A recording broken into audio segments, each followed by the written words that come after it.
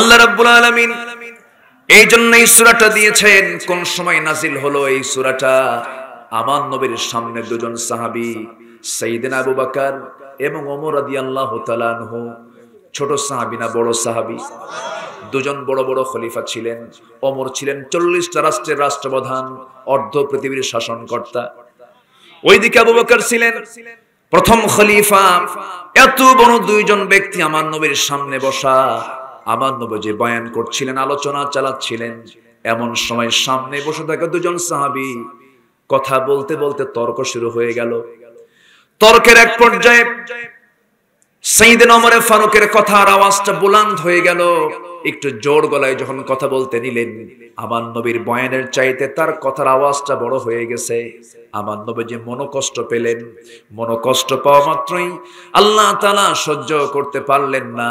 আল্লাহর সঙ্গে সঙ্গে আয়াত নাযিল করলেন, লা তারফাউ আসওয়াতাকুম ফাওকা সাওতিন নবী। হে ইমানদারেরা, তোমরা তোমাদের আওয়াজটাকে নবীর আওয়াজের চাইতে বড় করো না। যদি বড় করে ফেলে দাও, আনতাহবাতা আমালুকুম, তোমরা যে নামাজ পড়েছো, তোমরা যে রোজা রেখেছো, তোমরা যে জিহাদ করেছো, তোমরা যে দেশ ত্যাগ করেছো, হিজরত করেছো, সমস্ত আমলগুলো নিষ্ফল হয়ে যাবে শুধুমাত্র এই বেয়াদবি করার কারণে। সেই দিন থেকে ওমর ফারুক রাদিয়াল্লাহু আনহু আমার নবীর সামনে আস্তে আস্তে করে কথা বলতেন। একদিন রাসূল বললেন, ওমর তোমার আওয়াজ এত ছোট হলো কেন? হুজুর, ওই আয়াত নাজিলের পর থেকে ভয় লাগে। সুবহানাল্লাহ বলবেন না? সেই আয়াতের ব্যবহার এখনো আছে না নাই?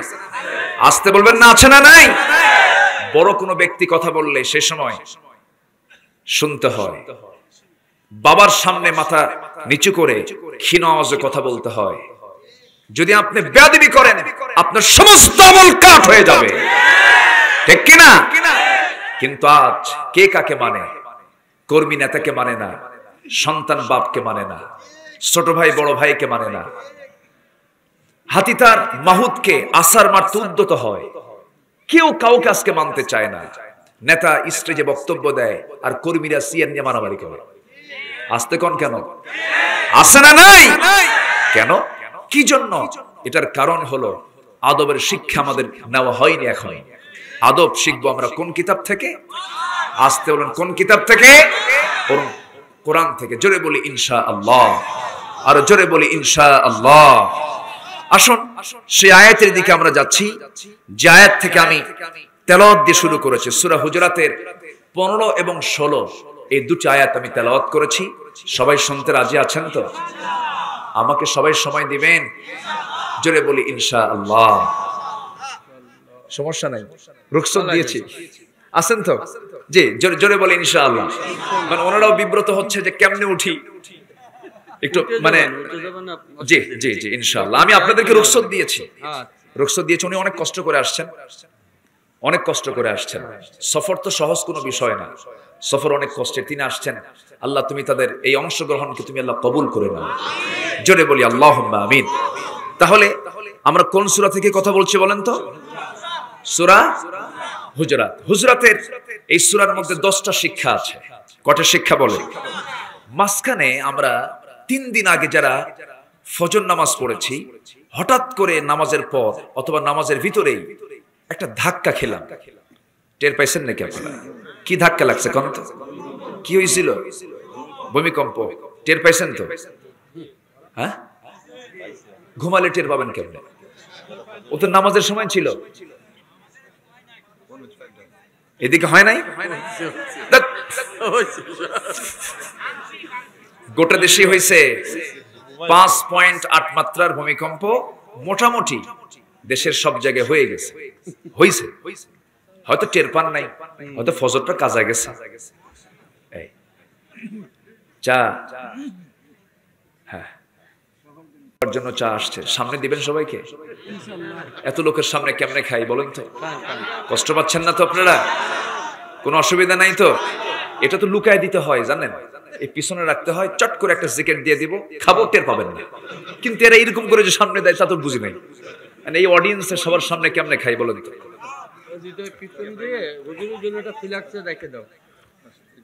একটু সিস্টেম লস হয়ে গেছে, একটু শান্ত। এটা আসলে তো আদব তো সব জায়গায়, আদব সব জায়গায় দরকার আছে না নাই? এখানে শহীদ ভাই, এখানে এমনও লোক আছেন যারা আমাদেরকে পড়াতে পারবেন, এমন গুণীজনও থাকতে পারেন, তো অনেক মেধাবী লোক থাকতে পারেন। এটা তো একটা আম মাহফিল, আমাকে পড়াতে পারবেন আমার বিশ্বাস এরকম লোক এখানে বসে আছে। আলহামদুলিল্লাহ বলেন। মাইকের আওয়াজ পাচ্ছেন না? কোন আওয়াজ নাই? তুই কেমনে আওয়াজ করবো বলো? একটু দেন, ঠিকঠাক করে দেন, সব ঠিক হয়ে যাবে ইনশাআল্লাহ। বলি, জোরে বলি ইনশাআল্লাহ। এরকম করে এখন হয়েছে? এখন পাচ্ছেন? পাইছেন এখন? উনি মাঝে মাঝে একটু চেক করতেছে আপনাদের কান ঠিক আছে কিনা, উনি একটু ঠিকঠাক করতেছে। আচ্ছা সম্মানিত ভাইয়েরা, তাহলে আমরা সূরা হুজুরাতের শিক্ষা পেলাম কয়টা বলেন তো? একটাও কি বলেছি? আমি একটা একটা করে বলবো, জোরে বলি ইনশাআল্লাহ। 3 দিন আগে ফজরের সময় কি হয়ে গেছে? ভূমিকম্প কেন হলো? এই চিন্তা করছেন কেউ? কেউ কি চিন্তা করছেন কেন ভূমিকম্প কেন হলো? আল্লাহ কেন দিলেন এই ভূমিকম্প? কোরআনকে প্রশ্ন করলে তার জবাব আছে না নাই? হাদিসকে প্রশ্ন করলে জবাব আছে না নাই? আছে। ভূমিকম্প কেন হলো, কেন হয়, আল্লাহ কেন দিলেন? ধরেন একটা লোক বেখিয়াল হয়ে আছে, ধরেন শহীদ ভাই কোন একটা কাজ অন্যদিকে বেখিয়াল আছে, তখন আমরা কি করি ভাই? বলি না, আমরা বলি না? কি করে একটা ধাক্কা দেই না? কে ভাই কি করেন? অথবা ঘুম পাড়তেছে, একটু নড়া দিলাম, তাই না? সতর্ক। তো ভূমিকম্প একটা কি বলেন? বলেন কি? গোটা পৃথিবীতে মানুষ বসবাস করছে, আল্লাহ একটা ধাক্কা দিলেন, একটু ধাক্কা দিলেন। কত পয়েন্ট? 5.8। কত সেকেন্ড? হয়তো কয়েক সেকেন্ড। এটাকে যদি একটু মাত্রা বাড়ায় দিয়া আর একটু টাইমটা, একটু ডিউরেশনটা বাড়ায় দিয়া, শুধু ঢাকাতে যদি একটা দিন একটা মোচড় দিয়ে দেন, 40-50 বছরের গড়ানো ঢাকা মহানগরী ধ্বংস হতে কয় মিনিট লাগবে? কিচ্ছু লাগবে না। ক্ষমতা কার? আসতে বলবেন না কার? বাহাদুরি কার? আল্লাহ। পৃথিবীর কারো বাহাদুরি থাকতে পারে না, পৃথিবীর কোন ব্যক্তি অহংকারী হতে পারে না। 3টা জিনিস ধ্বংসের মূল, একটা হলো অহংকার, আরেকটা হলো হিংসা, আরেকটা হলো লোভ। কোন ব্যক্তির ভিতরে যখন হিংসা চলে আসবে, অহংকার চলে আসবে আর অবৈধ লোভ চলে আসবে, তার ধ্বংস সুনিশ্চিত হয়ে যাবে। অহংকার করব না আমরা, অবৈধ কোনো লোভ করব না। হিংসার যন্ত্রণা নিয়ে যে থাকবে সে সুস্থ থাকতে পারবে না। মনটাকে সিম্পল রাখবেন, মনটাকে উদার রাখবেন, আপনি সুস্থ থাকবেন। আমার ভাইয়েরা একটু কান লাগান। এই যে ভূমিকম্প হয়ে গেল, সেদিন আমি সিরাজগঞ্জ ছিলাম, মুসাফির হালতে ছিলাম, মসজিদে যাই নাই। নামাজ পড়ে কেবলই আমি খাটে মাথা রেখেছি, একটা নাড়া দিয়ে উঠলো, ভাবলাম কেউ খাটটা নড়ায় নাকি না। কিছুক্ষণ পর দিকে সবই ঘোরে। ভূমিকম্পের লক্ষণ একটু অন্যরকম। দাঁড়িয়ে থাকলে মানুষ পড়ে যাওয়ার মতো হয়ে যায়, সবকিছু এলোমেলো হয়ে যায়। এই যে আল্লাহ তাআলা একটা ভূমিকম্প দিয়ে দিলেন, এটা কেন দিলেন, কি জন্য দিলেন? হাদিস এসেছে, যখন সমাজে 4টা অপরাধ বেড়ে যায়, সেই সমাজে আল্লাহ রাব্বুল আলামিন ঘন ঘন ভূমিকম্প দিয়ে তাদেরকে সতর্ক করেন, এগুলো করিস না, এগুলো বাদ দিয়ে দে। বলেছেন মুহাম্মদ সাল্লাল্লাহু আলাইহি ওয়াসাল্লাম। হুজরাতের কয় শিক্ষা বলেন? বলেন কয় শিক্ষা? আমরা একটা একটা করে শিখবো, জোরে বলি ইনশাআল্লাহ। যে আয়াত থেকে আমি তেলাওয়াত করেছি সে আয়াতের দিকে চলে যাই। আল্লাহ রাব্বুল আলামিন বলেন, ইন্নামাল মুমিনুনা আল্লাযীনা আমানু বিল্লাহি ওয়া রাসূলিহি সুম্মা লাম ইয়ারতাবু ওয়াজাহাদু বিআমওয়ালিহিম ওয়া আনফুসিহিম ফি সাবিলিল্লাহ উলাইকা হুমুস সাদিকুন। আল্লাহ তাআলা আয়াতে বলছেন প্রকৃত মুমিন তো তারাই। আমরা এখানে যারা আছি বসে, আমাদের ঈমান আছে না নাই? নামাজ না পড়লেও তো আছে। হ্যাঁ, ভালো করে অনেকে বলে হুজুর নামাজ না পড়ি, ঈমান তো আছে আমার। এই ফতোয়া দিয়েন না, না। নামাজ এটা ডিউটি, এটা কি বলেন? ডিউটি। আমাকে এই ডিউটি পালন করতেই হবে। এটা কার হক? এই যে ভাইয়ের ওয়াজ আবার চলে আসলাম, এটা কার হক? আল্লাহর হক। আল্লাহ আমাকে দুনিয়ার সব নিয়ামত দিয়েছেন, খাওয়ান কে? আসতে কবেন না, জোরে বলতে হবে। খাওয়ান কে? পড়ান কে? চালান কে? দেখেন কে? শোনেন কে? বুঝেন কে? আল্লাহ। আল্লাহ যে আমাকে খাওয়ান, সন্দেহ লাগে? আসতে সন্দেহ লাগে? অনেকে বলে আমি আল্লাহ আমারে খাওয়ায় কেমনে? আমি না চাষ করলে, আমি না চাকরি করলে, আমি না জোগাড় করলে আল্লাহ আমার খাওয়াবে কেমনে? এই জাতীয় কথা যদি কেউ বলে, সঙ্গে সঙ্গে তার নাকটা চেপে ধরবে। কি চেপে ধরবে? নাক চেপে ধরবে। খাবার তো দুভাবে যায়, একটা মুখ দিয়ে, আরেকটা কি দিয়া? নাক দিয়া। কোন খাবারটা এসেনশিয়াল বলেন? কোন খাবারটা বেশি জরুরি? মুখেরটা না নাকেরটা? তো নাকেরটার খাবার কে দেন? সর্বত্র খাবারটা সার্ভিস কে দিচ্ছেন? একটু মনে থাকে না আমাদের? 3 দিন খাবার নাই, আমি বেঁচে থাকবো, পানি খেয়ে বেঁচে থাকবো, কিন্তু নাকের খাবার 3 মিনিট 4 মিনিট নাই, সব মরে শেষ হয়ে যাব।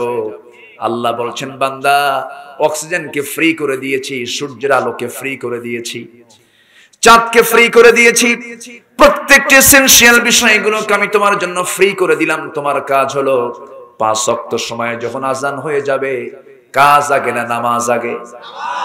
আসতে বলবেন না, কাজ আগে না নামাজ আগে? হাইয়া আলাস সালাহ, হাইয়া আলাল ফালাহ, কদ কামাতিস সালাহ, কদ কামাতিস সালাহ। নামাজে চলে আসো, কল্যাণে চলে আসো, নামাজ দাঁড়ায় গেছে। ওই সময় বান্দা যদি সমস্ত কাজ ফেলে রেখে ওযু বানানোর জন্য যখন প্রস্তুতি নিয়ে নেয়, হাতের সগীরা গুনাহগুলো মাফ হয়ে যায়। মুখমণ্ডল ধৌত করলে মুখের সগীরা গুনাহগুলো মাফ হয়ে যায়। মাথা মাসে করলে মাথার সগীরা গুনাহগুলো মাফ হয়ে যায়। 2 পা ধৌত করলে 2 পায়ের সগীরা গুনাহগুলো মাফ হয়ে গেল।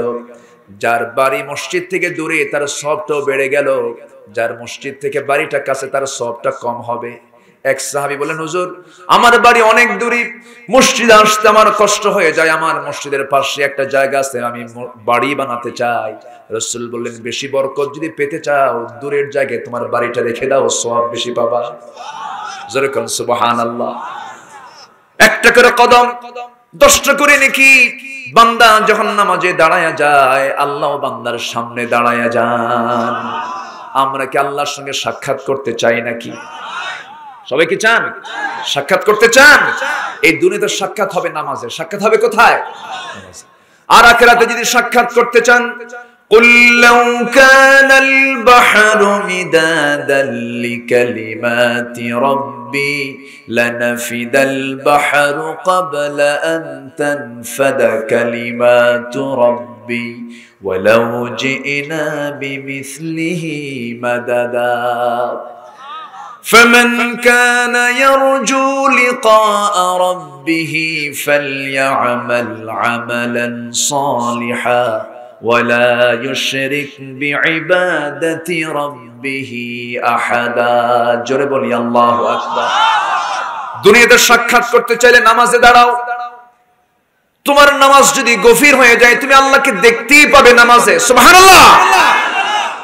তুমি নামাজে আল্লাহকে দেখতে পাবা। ওয়া ইল্লাম তাকুন তারাহু, তুমি যদি দেখতে ফেল মেরে যাও, তাহলে ভাববে আল্লাহ তোমাকে অবশ্যই দেখছেন। জোরে বলি সুবহানাল্লাহ।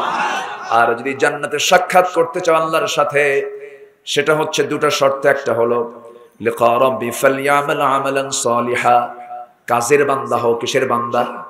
যে লেবার কাজ করে না, সেই লেবারকে কোনো পেমেন্ট দেয় নাকি?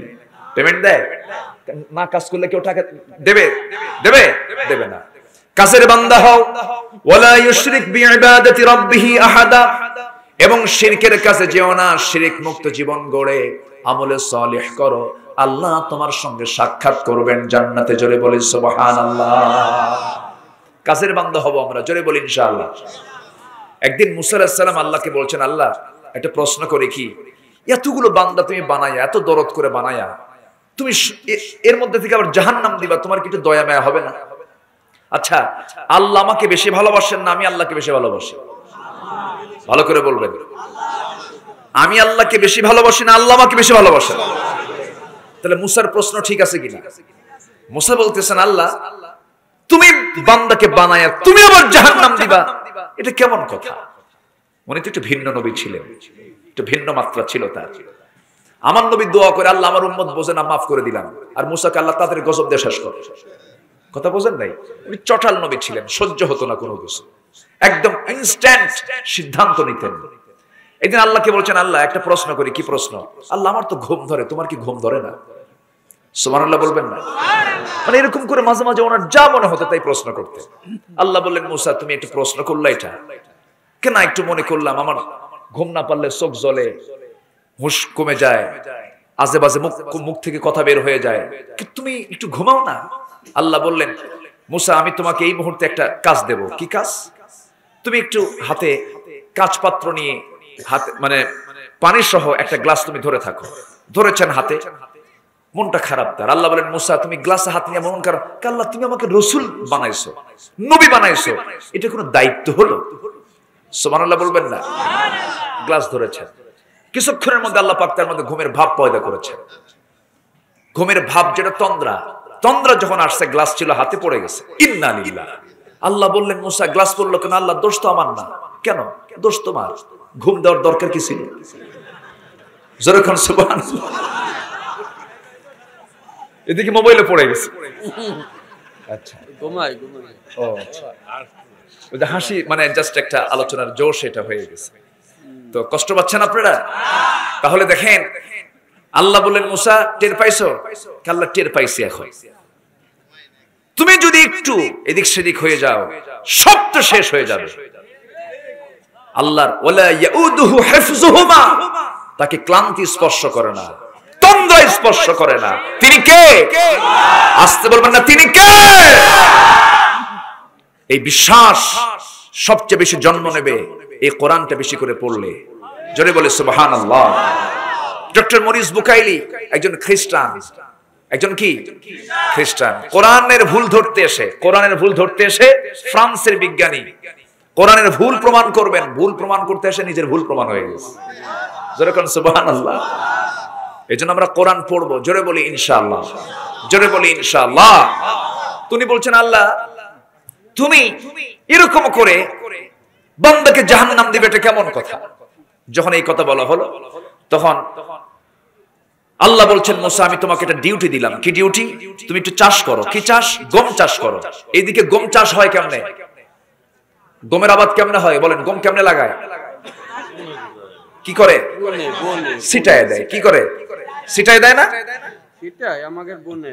আচ্ছা বনে, ও যাই এরকম ছিটায় দেয়, মানে বনে বনে বনানার ছিটান দেখ, যেই লাউ সেই কদু।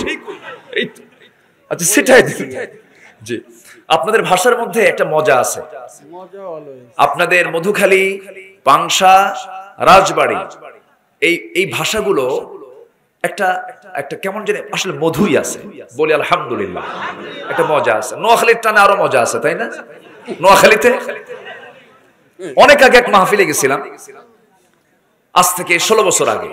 তো মাহফিলে যাওয়া মাত্র একজন আমাকে সালাম দিয়ে বললেন, হুজুর ভালো আছেন কেন? আমি কই ভালো আছি কেন, এটা কেমন কথা? এরপরে উনি আমাকে কিছুক্ষণ পর বলতেছে, হুজুর ভাত খাবেন কেন? আচ্ছা ভাত খাবেন কেন বলেন তো, এটা কি কেমন একটা বিষয় বলেন তো, একটু ব্যাখ্যা দেন না বলেন তো। আচ্ছা এরপরে আবার বলতেছে ওই লোকটাই, হুজুর ভাত খাবেন কেন? আবার বলতেছে। আমি বললাম যে ভাত খাবেন কেন, মেহমান দাওয়াত দিয়ে যদি এই প্রশ্ন করে তাহলে দেখায় না। কিছুক্ষণ পরে বলতেছে, হুজুর আমার জন্য দোয়া করবেন কেন? তখন বুঝলাম যে ওদের ভাষাই হলো কেন। কি কথা কি বোঝা গেল? তো বিষয়টা হলো, এক দেশের ভাষা আরেক দেশের হাসা হয়ে যায়, এক দেশের বলি আরেক দেশের গালি হয়ে যায়। ভাষা কে দিয়েছেন? তবে আপনাদের ভাষার মধ্যে একটা আলাদা সৌন্দর্য আছে, একটা মজা আছে। ভাষাগুলো টোটালি বোঝা যায়। একটু পিছনে বসেন, অনেকে দেখতে পাচ্ছেন আমাকে, একটু একটু পিছনে বসলে ওই লোকগুলো ঘাড় এরকম বাঁকা হয়ে গেল। হ্যাঁ একটু পিছনে গেলে অনেকের ঘাড় বাঁকা হয়ে যাচ্ছে। আমি কি আলোচনা চালাবো ভাই? সবাই আগ্রহ নিয়ে আসেন তো? বলি ইনশাআল্লাহ। তো আপনাদের ভাষাগুলো খুব মিষ্টি লাগে আমার, খুব মজার ভাষা। যশোর, এই বেল্ট, মাগুরা, ঝিনাইদহ, এটা তো নদীর সঙ্গে লাগানো। বাংলা ভাষার উৎপত্তি হয়েছে নদিয়া থেকে, এই জন্য এদের ভাষাগুলো মিষ্টি ভালো। কিন্তু এটা ঢুকে যখন ওই রংপুরে গেছে, রংপুরে র নাই, বাড়ি কোথায়? অংপুর। সিরাজগঞ্জে দুন্ত স নাই, বাড়ি হনে হিরাজগঞ্জ, ওখানে দুন্ত স গেছে, র গেছে, দুন্ত স গেছে। নোয়াখালীতে গিয়ে প নাই, পানি কি বলে? হানি। আল্লাহ পাক হয় না, আল্লাহ ফাঁক। দারুণ বেকায়দা। আর চট্টগ্রাম তো কোনো কথাই নাই। চট্টগ্রামে গেলে তো মোটামুটি মাশাআল্লাহ বাংলা বোঝাই যায় না, তবে ওদের ভাষার মধ্যে আলাদা মজা আছে না নাই? ওটাও একটা ভাষা। মায়ের ভাষাকে কেউ কখনো আমরা খাটো চোখে দেখবো না, জোরে বলি ইনশাআল্লাহ। তবে আপনারা যে ভাষায় কথা বলেন এটা প্রকৃত বইয়ের ভাষা, আলহামদুলিল্লাহ বলেন। এটা একটা নিয়ামত। এটা কি নিয়ামত? এই ভাষা, এই বেল্টেই জন্ম নিয়েছেন যার ভাষণ ছিল ইতিহাস জোড়া, যার ভাষণ এখনো ইতিহাস জোড়া। বঙ্গবন্ধুর যে ভাষণটা, তার সঙ্গে তুলনা হতে পারে এমন কোন ভাষণ এখনো কি কেউ দিতে পেরেছে? কোন জেলার মানুষ? কোন জেলার মানুষ? ভাষা ভালো না হলে কি হতো? চট্টগ্রাম হলে হতো? হতো না তো। এটাই প্রমাণ। সম্মানিত ভাইয়েরা, ভাষা সুন্দর, এটা একটা বিশাল প্রাপ্তি, বলি আলহামদুলিল্লাহ। আমার দিকে তাকান। উদাহরণ দিতে দিতে অনেক দূর চলে গেছিলাম। মুসা বলছেন, আল্লাহ তুমি বান্দাকে জাহান্নাম দিবা কেন? আল্লাহ বললেন, মুসা গম চাষ করো, গম ছিটায় দাও। গম ছিটায় দিলেন। গম ছিটায় দেওয়ার পর সেখান থেকে উদ্ভিদ হলো, গমের গাছ হয়ে গেল, ম্যাচিউর হলো, পাকলো। পাকার পরে সেই গমগুলো কেটে নিয়ে চলে আসলেন। গম যখন কাটা হয়, জমিতে নাড়া থাকে কিনা? নাড়া থাকে না? কিছু গমও থাকে কিনা? কিছু গাছও থাকে কিনা? থেকে যায়, সবগুলো নিয়ে আসা হয় না। কিছু গম থেকে গেল, কিছু গাছও থেকে গেল, কিছু নাড়াও থেকে গেল। মুসা আলাইহিস সালাম কাশির গমগুলোকে নিয়ে এসে ঘরের মধ্যে তুললেন। আল্লাহ এরপর দেখছেন মুসা কি করে। মুসা এবার করলেন কি? ওই নাড়াগুলোতে আগুন ধরায়া দিলেন। আল্লাহ বলছেন, মুসা আবাদ করেছো, হ্যাঁ, আবার আবাদে আগুন দিলা কেন? এবার বলছে, আল্লাহ আসলে আবাদে আগুন দেই নাই, যেগুলো কাজের গম তুলে নিয়েছে ঘরের মধ্যে তুলছি, আর যেগুলো অকাজের গম, অকাজের যেগুলো আগুন দিয়ে জ্বালাইয়া দিছি। আল্লাহ বললেন, যেগুলো আমার কাজের বান্দা আদর যত্ন করে 8টা জান্নাত দিয়ে দেব, আর যেগুলো অকাজের বান্দা এগুলোকে জাহান্নামে আমি আল্লাহ পুড়বো। কি কথা কি বুঝতেছেন? কথা বোঝা যায়? আমরা অকাজের বান্দা হব না, কাজের বান্দা হব? কাজের বান্দা হতে হবে। আমরা কাজের বান্দা হয়ে যাব, কাজ করব, আমরা নেক আমল করব, আমিলুস সলিহাত। ওয়াল আসর ইন্নাল ইনসানা লাফি খুসর ইল্লাল্লাযীনা আমানু ওয়া আমিলুস সলিহাত ওয়া তাওয়াসাউ বিল হক ওয়া তাওয়াসাউ বিস সবর। সূরা আসর এর মধ্যে আল্লাহ রাব্বুল আলামিন বলছেন 4টা কাজ করবা। ঈমান আনবা কার উপরে? আল্লাহর। এরপরে ভালো কাজ করবা কার জন্য? আল্লাহর জন্য। কার জন্য? কার জন্য? আল্লাহর জন্য। ভালো কাজ তোমাকে করতে হবে। ভালো কাজ কাকে বলে? সূরা হুজরাতের মধ্যে আমরা 10টা শিক্ষা পেয়ে যাব। সূরা হুজরাতে আল্লাহ রাব্বুল আলামিন 10টা হুকুম দিয়েছেন। এর মধ্যে 1 নম্বর হুকুম যেটা পরিবারের জন্য লাগবে।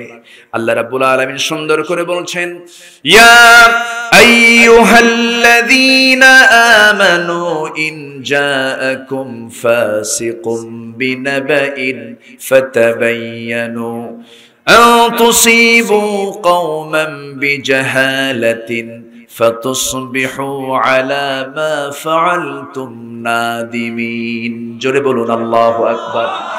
ঈমানদারেরা, তোমরা যখন তোমাদের কাছে যখন কেউ সংবাদ নিয়ে আসবে, কোনো নিউজ নিয়ে আসবে, সেই নিউজটা শোনা মাত্রই তোমরা বিশ্বাস করবে না, কারণ বিশ্বাস একচোটে করা যাবে না। ফাতাবায়ানু, এটাকে ডিসকাস করবে, তদন্ত করবে। তদন্ত না করলে পরিবারে গন্ডগোল লাগার সম্ভাবনা আছে না নাই?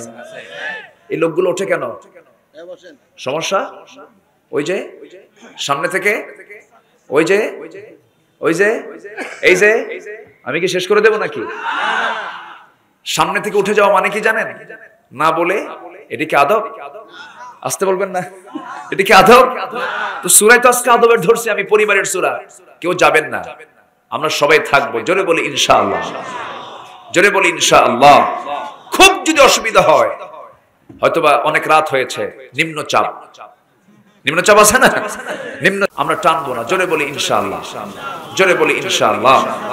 পান খেতে পারেন, পানের সঙ্গে আমার কোনো এখানে কোনো কথা নেই, পান আপনি খেতে পারেন, তবে পানটা আপনি খাবেন পরিমিত।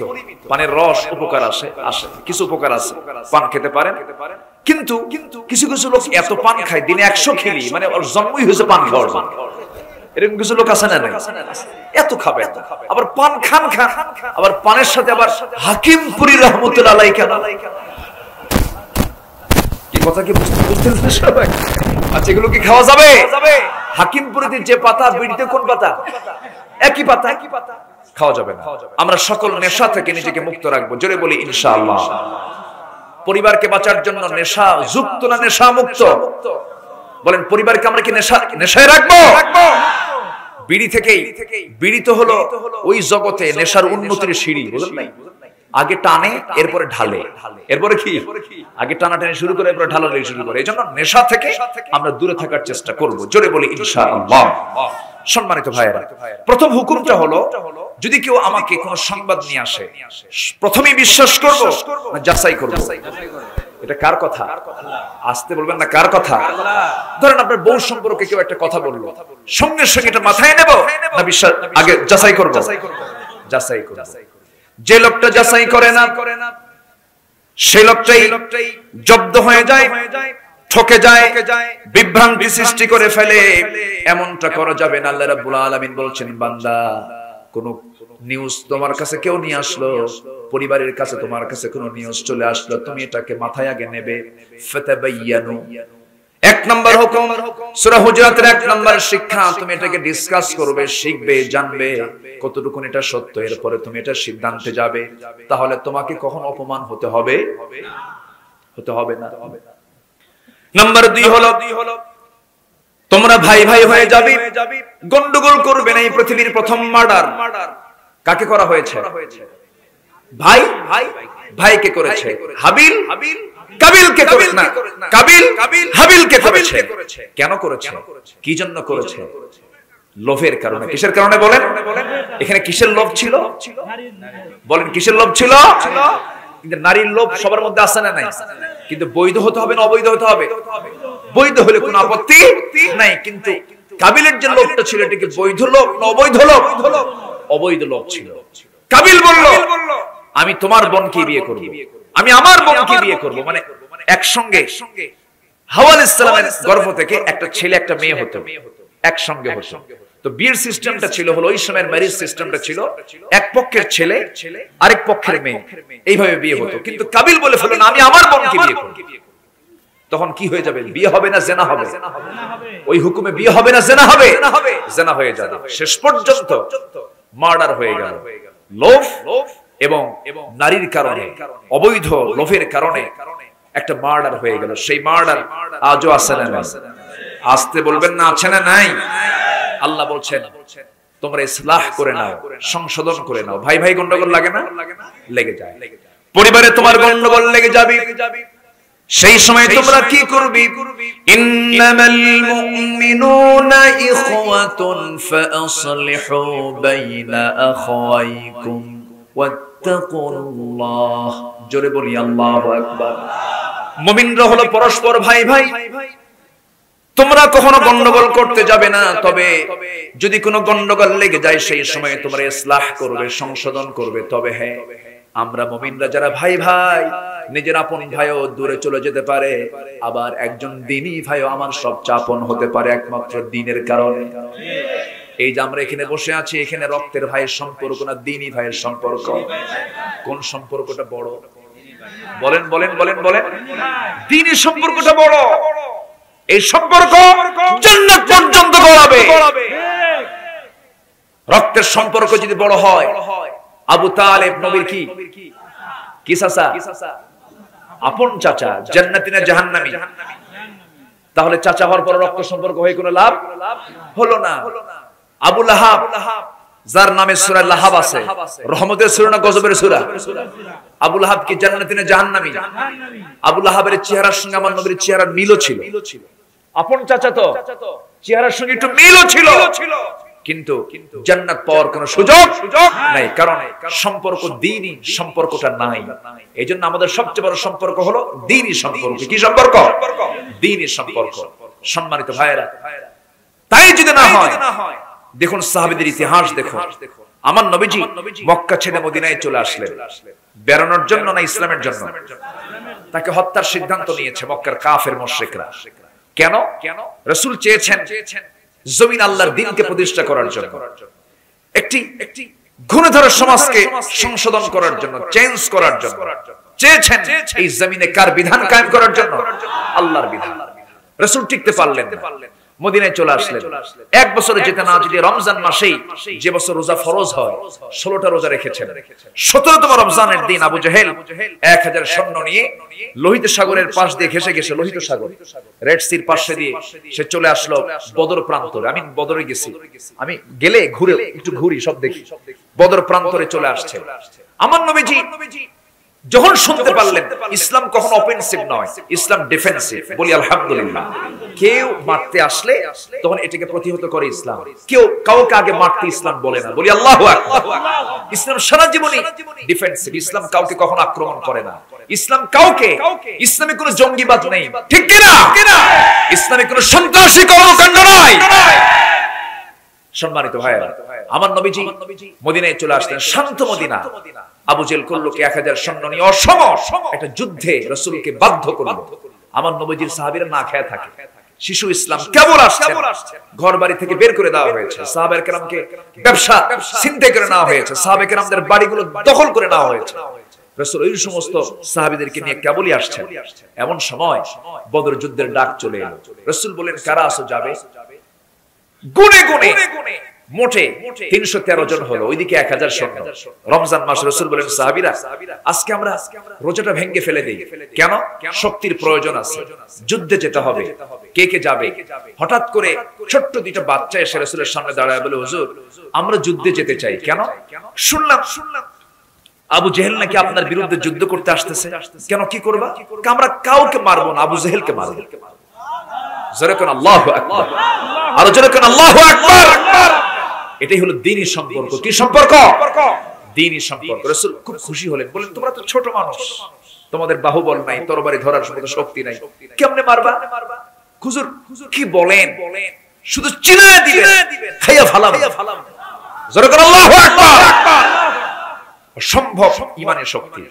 মুসলমানদের বিজয় হয়েছে গায়ের জোরে, অস্ত্রের জোরে না, ঈমানের জোরে। ঈমানের জোরে। মুসলমান ঈমান দিয়ে গোটা পৃথিবী বিজয় করেছে। আল্লাহু আকবার। ছোট্ট বাচ্চা রাসূল বললেন, না আমি অনুমতি দেব না। বড়জনকে, হুজুর আমি ওর চেয়ে একটু বড় আছি, আপনি আমাকে অনুমতি দেন। কেন? করছি আমি একটু শক্তিশালী আছি। ছোটজন বলে, হুজুর ও শুধু লম্বা হয়েছে, আমার গায়ে শক্তি বেশি। কেমনে বুঝবো? হুজুর মারামারি লাগায় দেন। সুবহানাল্লাহ বলবেন না? দুজনকে মারামারি রাসূল লাগায় দিলেন। বড়জন ছোটজনকে নিচে ফেলে দিয়েছে। ছোটজন আস্তে করে বড় ভাইয়ের কানটা মুখের মধ্যে নিয়ে কানে কানে কয়, একসাথে খেলি না, একসাথে ঘুমাই না, একসাথে ঘোরাফেরা করি না, তুই তো পাষাণ কম না, তুই একা একা যাবি যুদ্ধে। গায়ের শক্তি কমায় দে, বুকের উপর একটু বসে প্রমাণ করে বুঝাই দি আমি তোরে পরাজিত করছি। জোরে কোন সুবহানাল্লাহ। শক্তি না ঈমান, দ্বীনি সম্পর্ক। কিসের সম্পর্ক? দ্বীনি সম্পর্ক। রাসূল বুঝতে পারলেন, ছোট্ট দুইটা বাচ্চাকে কোলের মধ্যে নিয়ে আকাশের দিকে তাকালেন। আরশের মালিক, গায়ে শক্তি নাই, ঈমানের বল আছে। যাও তোমাদের দুজনকে অনুমতি দিয়ে দিলাম। 313 জন ফুলফিল হলো। ছোট্ট ছোট্ট বাচ্চা চলে গেছে। বদর যুদ্ধ হলো ভাই ভাইয়ে যুদ্ধ। কিসে কিসে যুদ্ধ? শ্বশুর জামাই যুদ্ধ। বদর যুদ্ধ হলো বংশে বংশের যুদ্ধ। সামনে যাকে ভাই তাকেই চেনা যায়। কেউ কারো ভাইকে দেখছে, কেউ কারো চাচাকে দেখছে, কেউ কারো ভাতিজাকে দেখছে, কেউ কারো ছেলেকে দেখছে। এই সম্পর্ক হলো ঈমানের সম্পর্ক। কিসের সম্পর্ক বলেন? ঈমানের সম্পর্ক। রাসূল কারীম সাল্লাল্লাহু আলাইহি ওয়াসাল্লাম যুদ্ধে আসছেন, তার জামাই আবুল আস, বড় জামাই। কি জামাই? বড় জামাই আবুল আস, যায়নাবের স্বামী, যায়নাব বিনতে মুহাম্মদ সাল্লাল্লাহু, হ্যাঁ তার স্বামী আসছে আবু জেহেলের পক্ষ অবলম্বন করে যুদ্ধে। এক সাহাবী উবাইদা, তার বাবা জাররাহ, সেও কাফেরদের পক্ষ হয়ে যুদ্ধে আসছে। যুদ্ধে ঝাঁপিয়ে পড়তে নিয়ে সাহাবীরা বিব্রত হয়ে গেলেন। আরে সামনে তোমার বাবা, সামনে তোমার ভাই, সামনে তোমার চাচা, কার বিরুদ্ধে আমরা যুদ্ধ করব, কিন্তু উপায় তো নাই, কারণ তারা ইসলামের দুশমন এই মুহূর্তে। ঠিক কিনা বলেন? আল্লাহ বলছেন ইন্নামাল মুমিনুনা ইখওয়া। ইতিহাস সাক্ষী, কোরআন সাক্ষী, আমি বানিয়ে বানিয়ে কোনো কথা বলছি না ভাই। আমার বন্ধুগণ, এবার কি হলো? আমার নবীজি সাহাবায়ে কেরামকে নিয়ে যখন দাঁড়িয়ে থাকলেন, কাফের মুশরিকরা আক্রমণ করে বসলো। এমন সময় উবাইদা তার নিজের পিতা জন্মদানকারী জাররাকে সামনে দেখতে পেলেন। জাররাকে দেখে মাত্রই মনে মনে ভাবলেন, আমার জন্মদানকারী পিতা, আমি বাবার কোলে কত মানুষ হয়েছি, কত বড় হয়েছি, কত স্মৃতি আমার আছে, আমি বাপকে কেমন করে আক্রমণ করব, আমি কেমন করে তাকে মারতে যাব। তরবারি গুটায় নিলেন, কোষবদ্ধ করলেন, ফেরত আসতে নিলেন। পরক্ষণেই ভাবলেন, আহারে না, সে তো আমার জন্মদানকারী পিতা হতে পারে, কিন্তু সে এই মুহূর্তে আল্লাহর দুশমন, সে আমার নবীর দুশমন, সে আমার ঈমানের দুশমন। আমার জন্মদানকারী পিতা হলে কি হবে, এই মুহূর্তে আমি যদি ছেড়ে দেই, মুনাফিকের কাতারে আমাকে দাঁড় হতে হবে। ঈমানের চেতনা লালন করে আবার ইউটার্ন করলেন, ঘুরে মোড়টা দাঁড়ায় নিয়া, কোষমুক্ত তরবারি নিয়া, বাবাকে বাবা না মনে করে শিরকের প্রতীক মনে করি গর্দান বরাবর হাঁকায়া দিলেন। মস্তকটা ছিটকে পড়ে গেল। বদর যুদ্ধে সন্তান তার বাপকে দুনিয়া থেকে বিদায় করলেন, বাপ মনে করে না শত্রু মনে করে? কি মনে করে? ইসলামের দুশমন। কোন উপায় নাই, আমার জান্নাত আমাকে দখল করতে হবে, বাবাকে অবশ্যই সম্মান করতে হবে। কিন্তু বাবা তো আজকের যে ময়দানে এসেছেন, সেই ময়দানটা তো ইসলামের ময়দান, জিহাদের ময়দান, আমি তাকে ছাড়তে পারবো না। শেষ হয়ে গেল বদর যুদ্ধে। ছোট্ট বাচ্চা দুইটা সবার সামনে প্রথম কাতারে দাঁড়ায় এক সাহাবীকে ডাক দিয়ে বলো, ও সাহাবী চাচা, আবু জেহেলটা কই? ওই যে আবু জেহেল দেখা যায়। এই কথা বলার সঙ্গে সঙ্গে সিংহের মতো গর্জন দিয়া বাস পাখির মতো উড়ন্ত হয়ে দৌড় মেরে চলে গেছে। তাদের মধ্যে কেউ টের পায় না এটা কোন গ্রুপের ছোট্ট বাচ্চারা, কেউ টের পায় নাই। কুশল করে, কৌশল টেকনিক করে ছোট্ট দুইটা বাচ্চা ঘোড়ার পিঠে বসা আবু জেহেলের দুই পাশে দাঁড়ায় গেছে। ছোট্ট তরবারি নিয়ে পজিশন নিয়ে দাঁড়ায় গিয়া আল্লাহু আকবার বলে সজোরে দুই পায়ে আঘাত করেছে। ইতিহাস বলে আবু জেহেলের মতো এত প্রভাবশালী একজন নেতা ওই দিন ওই এত বড় পাওয়ার থাকার পরেও ছোট্ট বাচ্চার হাতে আঘাত প্রাপ্ত হয়ে জমিনে পড়ে গেছে, কোমর সোজা করে আর কোনোদিন দাঁড়াতে পারে নাই। কিন্তু বড় ভাই মুআজ, বড় ভাই সমস্ত কাফিরদের লক্ষ্যে পড়ে গেলেন। চতুর্দিক থেকে মৌচাকের ভীমরুলের মতো চতুর্দিক থেকে মৌচাক ভাঙলে যেমন মৌমাছিগুলো ঘিরে ধরে, চতুর্দিক থেকে তাকে ঘিরে ধরে ফেলেছে। বাম দিক থেকে একজন কাফের এসে তার ডান হাতে তরবারি হাঁকায়া দিল। ডান হাতটা তার সিটকে পড়ে যাচ্ছে না, চামড়ার সঙ্গে ঝুলতেছিল, তরবারি সিটকে পড়ে গেল। ঝুলন্ত হাত ঝুলতেছে, যুদ্ধ থামাচ্ছেন না। বাম হাতে তরবারি নিলেন, তরবারি নিয়ে যুদ্ধ থামালেন না। যুদ্ধ চালাতে গিয়া এক পর্যায়ে দেখা গেল ডান হাতটা ঝুলতেছিল, তরবারি চালাতে কষ্ট হয় মনে করে ডান হাতটা বাম পারে তলে রেখে এমন জোরে টান মারলেন, হাত ছিটকে পড়ে গেল। বাম হাতে যুদ্ধ চালালেন, বাম হাতে যুদ্ধ করতে করতে বাম হাতও কেটে ফেলে দিল। এতিম ছোট্ট বাচ্চা, দুটা হাত নাই, আর কেমন করে যুদ্ধ চলে। একজন কাফির এসে তরবারি দিয়ে কল্লা বরাবর মেরে দিল, ছিটকে পড়ে গেল, ধরার এক জায়গায় পড়ে গেল। দুনিয়া থেকে মুআজ দুনিয়া থেকে বিদায় নিয়ে নিলেন। আর গোটা বিশ্বের সমস্ত মুসলমানদেরকে জানান দিয়ে দিল, ও বিশ্বের মুসলমান, মুসলমানদের পারস্পরিক মহব্বত ভ্রাতৃত্ব তেমন করে পয়দা করতে হয়। জোরে বলি সুবহানাল্লাহ, জোরে বলি সুবহানাল্লাহ। আমাদের সবচেয়ে বড় সম্পর্ক হলো ঈমানের সম্পর্ক। আসতে বলবেন না কিসের সম্পর্ক? ঈমানের সম্পর্ক। আমার ভাইরা, আমার বন্ধুগণ, উবাইদ ইবনে জাররাহ তার হাতে যখন বাপ দুনিয়া থেকে বিদায় নিয়েছে, এমন সময় যুদ্ধের যখন বিজয় চলে আসলো, মুসলমানদের 70 জন কাফের বন্দী হয়ে গেছে। 70 জন কাফের তাদেরকে তারা দুনিয়া থেকে বিদায় নিয়েছে। 14 জন সাহাবী শাহাদাত বরণ করেছেন। যুদ্ধ থেমে গেছে। এমত অবস্থায় সবার মুখে হাসি, কিন্তু উবাইদার মুখে হাসি নাই।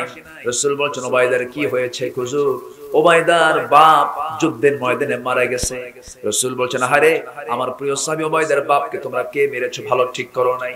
হুজুর আমরা উবাইদার বাপকে মারতে যাই নাই, উবাইদা নিজেই তার বাপকে দুনিয়া থেকে বিদায় করে দিয়েছে। আমার নবী যে হাতটা আগায় দিয়ে বলছেন, উবাইদা তুই যে ইসলামকে এত পরিমাণ ভালোবাসিস, তুই যে ইমানদারদেরকে এত পরিমাণ ভালোবাসিস, তুই আমার দিকে আয়। বুকের সঙ্গে জড়িয়ে ধরে বলছেন, ওবায়দা, আল্লাহর 8টা জান্নাত তোমার জন্য আল্লাহ খোলা রেখে দিয়েছে। জোরে বলি সুবহানাল্লাহ, আরো জোরে বলি সুবহানাল্লাহ। আমার ভাইরা, আমার নবীর জামাই, বড় জামাই আবুল আস কাফেরদের পক্ষে যুদ্ধ করতে এসে যুদ্ধবন্দী হয়ে গেছে।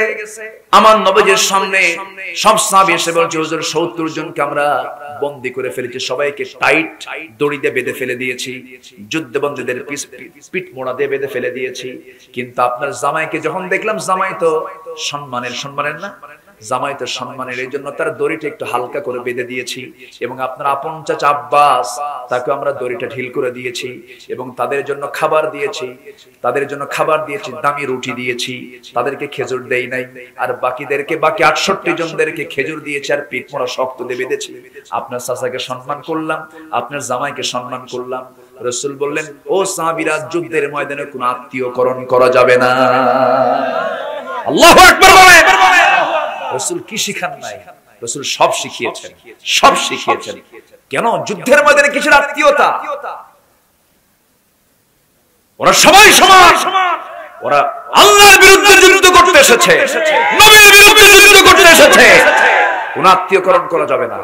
অতএব তোমরা যেহেতু আমার জামাই আবুল আসেফ দড়িটা ঢিল করে দিয়েছো, আমার চাচা আব্বাসের খেজুর না দিয়ে রুটি দিয়েছো, উন্নত খাবার দিয়েছো, ঠিক আছে, দিছো যখন 2 জনকে, বাকি 68 জনকেও ওই দড়ি ঢিল করে দাও, খাবার রুটি দিয়ে দাও। জোরে কোন সুবহানাল্লাহ, আর জোরে কোন সুবহানাল্লাহ। এখন যুদ্ধবন্দীদের মুক্তিপণ নিচ্ছেন রাসূল, বিশ্বের সেরা সমর নায়ক মুহাম্মদ সাল্লাল্লাহু। সারা জীবন শুধু শুনলাম নবীজির মাথায় টুপি ছিল। নবীজি যে, একটু ভাবেন তো দিল থেকে, নবীজি উহুদের ময়দানে সেদিন নবীজির মাথায় টুপি, পাগড়ি না হেলমেট? বলেন বলেন বলেন। অশ্বারোহী ঘোড়ার পিঠে চড়েছেন কিনা জানি না, ঘোড়ার পিঠে চড়তে গেলে কিন্তু দারুণ শক্তির দরকার। আমার নবীজি ব্যবহৃত 6 থেকে 7টা ঘোড়া থাকতো, তাও ওই সময় সবচেয়ে দামি দামি ঘোড়াগুলো আমার নবীর জন্য বরাদ্দ থাকতো। যেরকম সুবহানাল্লাহ। লৌহ বর্ম ব্যবহার করেছেন মুহাম্মদ সাল্লাল্লাহু। ইসলাম তো এমনি আসে নাই, যে কোনো অর্জন করতে গেলে রক্তের দরকার আছে না নাই? ঘামাবেন, ঘাম ঝরাবেন, হ্যাঁ আপনি কিছু পাবেন, রক্ত ঝরাবেন, ইতিহাস বদলে যাবে, ঠিক কি না? ইসলাম এমনি এমনি আসে নাই, ইসলাম এসেছে অনেক কষ্টের মধ্য দিয়া। আল্লাহ কবুল করুন, জোরে বলি আমিন। কষ্ট পাচ্ছেন আপনারা? একটু সামনের দিকে এগোই। রাসূল বললেন যে সবার থেকে মুক্তিপণ নিয়ে নাও। সামনে চাচা আব্বাস রাদিয়াল্লাহু, আপন চাচা, বাবার ভাই আব্বাস রাদিয়াল্লাহু আনহুকে বললেন যে চাচা, আপনাকে মুক্তিপণ দিতে হবে। বাবা, তুমি ভাতিজা হয়ে আমার থেকেও নিবা? রাসূল বলেন, আপনারটা আগে নেব। কে বাবা, তোমার চাচির কাছে কিচ্ছু রেখে আসি নাই। রাসূল বললেন, চাচা, এরকম করে মিছা কথা কয় মানুষ কেন? আপনার চাচির কাছে তো আমি যতটুকু জানি, আপনার চাচির কাছে 6টা স্বর্ণের বার রেখে এসেছে। সঙ্গে সঙ্গে আব্বাস বলছে, তোমার এই নিউজ দিল কে? রাসূল বললেন, চাচা, আমি গায়েবের মালিক না, কিন্তু গায়েবের যিনি মালিক সে আল্লাহ আমাকে জিবরাইলের মাধ্যমে জানিয়ে দিয়েছে। আব্বাস রাদিয়াল্লাহু আনহু সঙ্গে সঙ্গে বলছেন, মুহাম্মদ, আর কত তামসা দেখাবো আমি, আর কি পারি? তুমি আমাকে পড়িয়ে দাও, আশহাদু আল্লা ইলাহা ইল্লাল্লাহ ওয়াহদাহু লা শারীকা লাহু ওয়া আশহাদু আন্না মুহাম্মাদান আবদুহু ওয়া রাসূলুহু। জোরে বলি আল্লাহু আকবার। ইসলাম কবুল করলেন আব্বাস রাদিয়াল্লাহু আনহু, কিন্তু জামাই ইসলাম কবুল করলেন না। জামাইকে ডাক দিয়ে বলেন, জামাই, তোমাকে মুক্তিপণ দিতে হবে। জামাই বলছে, হ্যাঁ আমি প্রস্তুত আছি, মক্কায় নিউজ দিয়েছি, মুক্তিপণ চলে আসতেছে। একটা প্যাকেট চলে আসলো, সেই প্যাকেটের ভিতরে একটা গলার হার ছিল। সেই গলার হারটা হলো যায়েনাবের, আমার নবীর মেয়ের। সেই গলার হারটা যখন রাসূল হাতের মধ্যে নিলেন, হাতের মধ্যে নেওয়া মাত্র নবীজির চোখে পানি চলে এলো। নবীজি কান্নায় ভেঙে পড়লেন। সঙ্গে সঙ্গে সাহাবীরা বলছেন, ইয়া রাসূলুল্লাহ, আপনি এই হাতটা দেখে কেঁদে ফেললেন কেন? কান্নার কারণটা কি? রাসূল বলছেন, ও সাহাবীরা, আমার চোখে পানি এসেছে গলার হাতটা দেখে নয়, এই গলার হাতটা যে দিয়েছে সেই মহিলার নাম আমার মনে পড়ছে, আমার খাদিজার কথা মনে পড়ছে, আমি কেঁদে ফেলতেছি। কেন আপনি কাঁদতেছেন?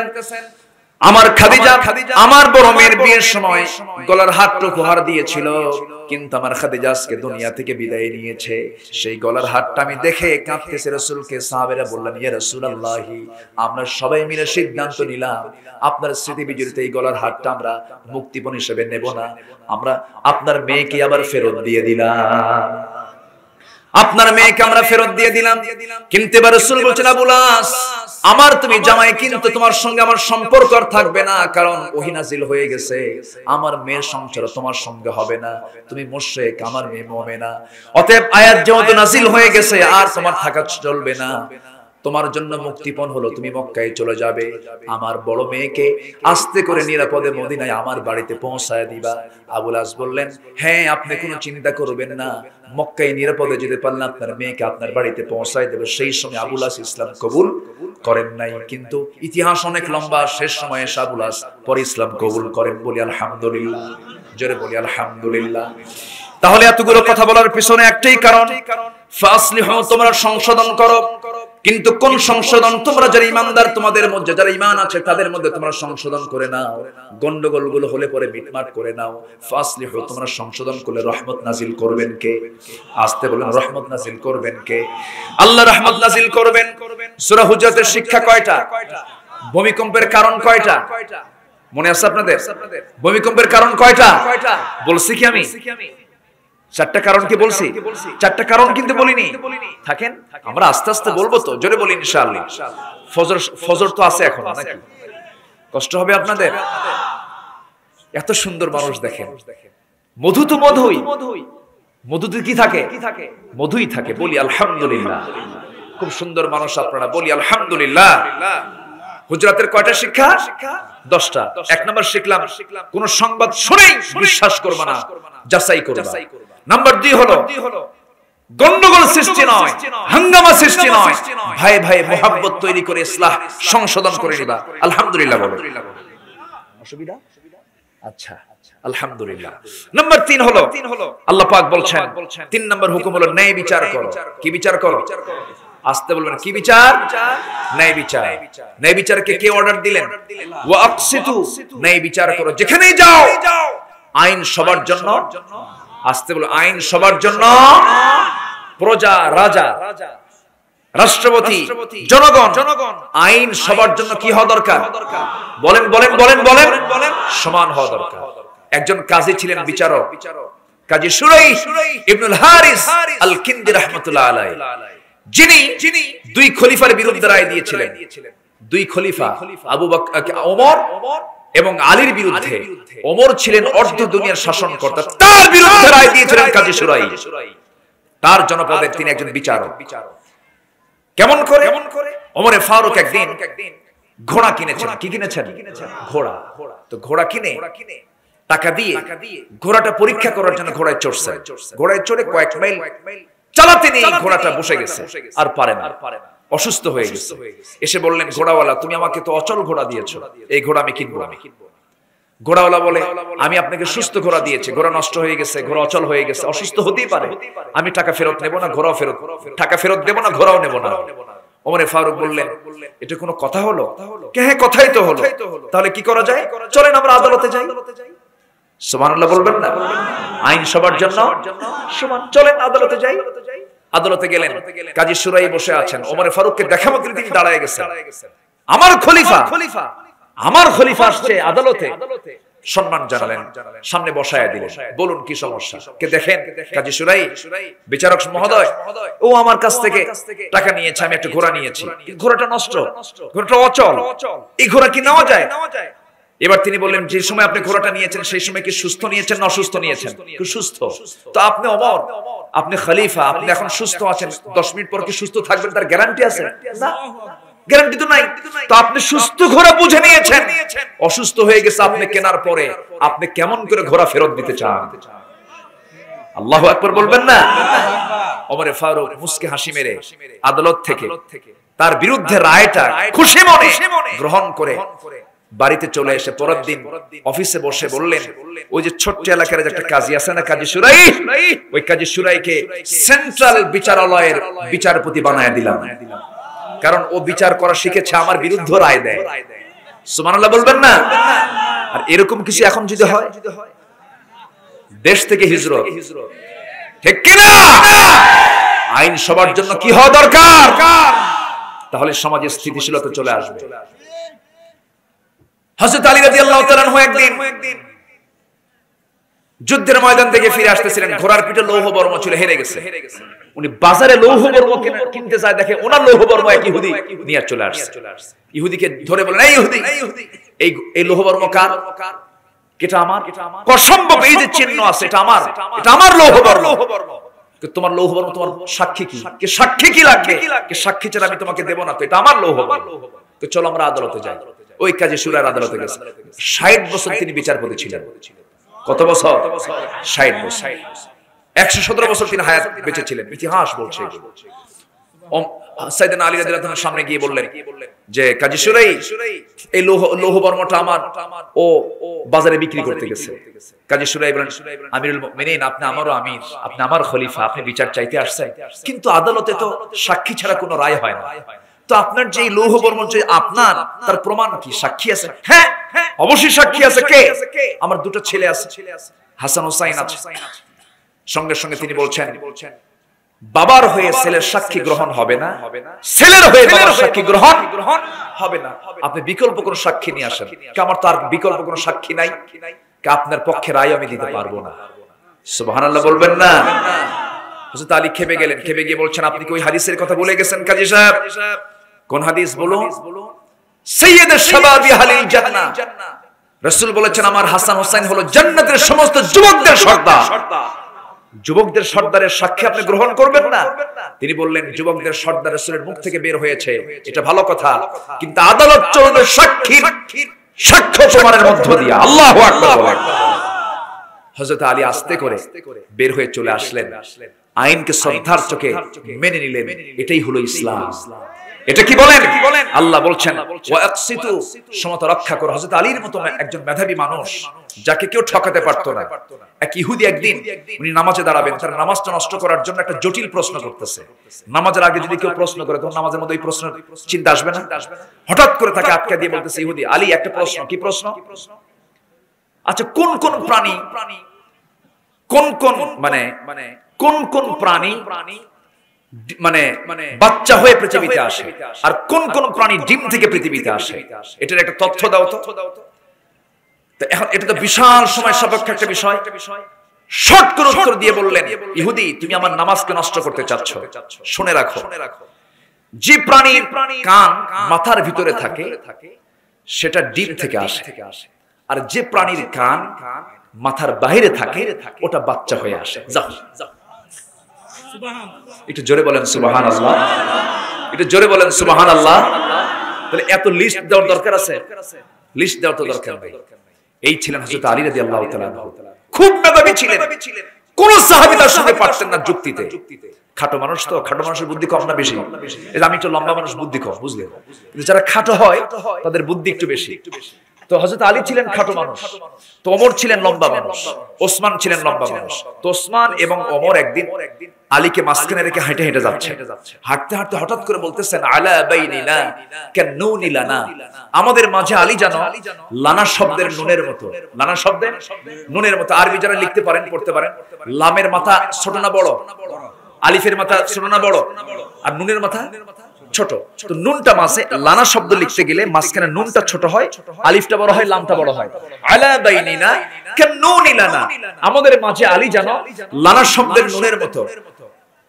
মানে আলী একটু ছোট, খাটো, তাকে খাটো করার চেষ্টা করছেন ওমর ফারুক। সঙ্গে সঙ্গে আলী বলছেন, ওয়ালাউলা কুনতু লাকুনতুমা লা, আমি মাঝখানে নুন আছে ছোটখাটো, আমার কোনো দাম নাই, ঠিক আছে, কিন্তু মাঝখানে নুনটা তোমরা বাদ দিয়ে দাও তো দেখি। বাদ দিলে তোমরা লা হয়ে যাচ্ছ, তোমাদের কোনো দামই নাই। জোরে কোন সুবহানাল্লাহ। খুবই মেধাবী ছিলেন সাইয়েদনা আলী রাদিয়াল্লাহু তাআলা। জোরে বলি আল্লাহু আকবার। তারাও আইনের কাছে এসে কি বৃদ্ধাঙ্গুলি দেখিয়েছেন? বৃদ্ধাঙ্গুলি দেখিয়েছেন? অশ্রদ্ধা করেছেন না। আমরা সমতা রক্ষা করব সব জায়গায়। জোরে বলি ইনশাআল্লাহ, জোরে বলি ইনশাআল্লাহ। আমার ভাইয়েরা, আমাদের মডেল তো তারাই হওয়ার কথা। ওমরের মতো আমরা মানুষ যদি ফলো করতে পারতাম, ওসমানের মতো আমরা ধৈর্যশীলকে যদি আমরা আদর্শ বানাতে পারতাম, আবু বকরের মতো যদি একজন মুত্তাকি লোককে আমরা যদি ফলো করতে পারতাম, আবু বকর সিদ্দিক রাদিয়াল্লাহু তাআলা আনহু তিনিও কোরআন বুঝতেন, আমরাও কোরআন বুঝি।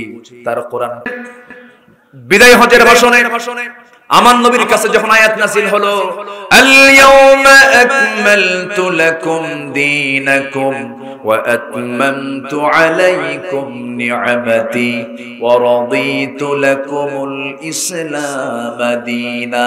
জোরে বলুন আল্লাহু আকবার। এই আয়াতটা হলো সাহাবীদের জীবনের সবচেয়ে শ্রেষ্ঠ আনন্দের আয়াত। এই আয়াতের অর্থ হলো আজকের দিনে দিনটা পরিপূর্ণ হয়ে গেল, আমি তোমাদের সমস্ত কাজের উপরে আমি আল্লাহ খুশি হয়ে গেছি। সাহাবীরা এই আয়াত শোনা মাত্রই সবাই আনন্দে আত্মহারা হয়ে যাচ্ছেন, সবাই আনন্দ চিত্ততা নিয়ে সবাই হাসি খুশি ভাব দেখাচ্ছেন। কিন্তু একজন সাহাবীর মুখে কোনো হাসি নাই, তাদের সামনে তার কোনো অংশগ্রহণও নাই।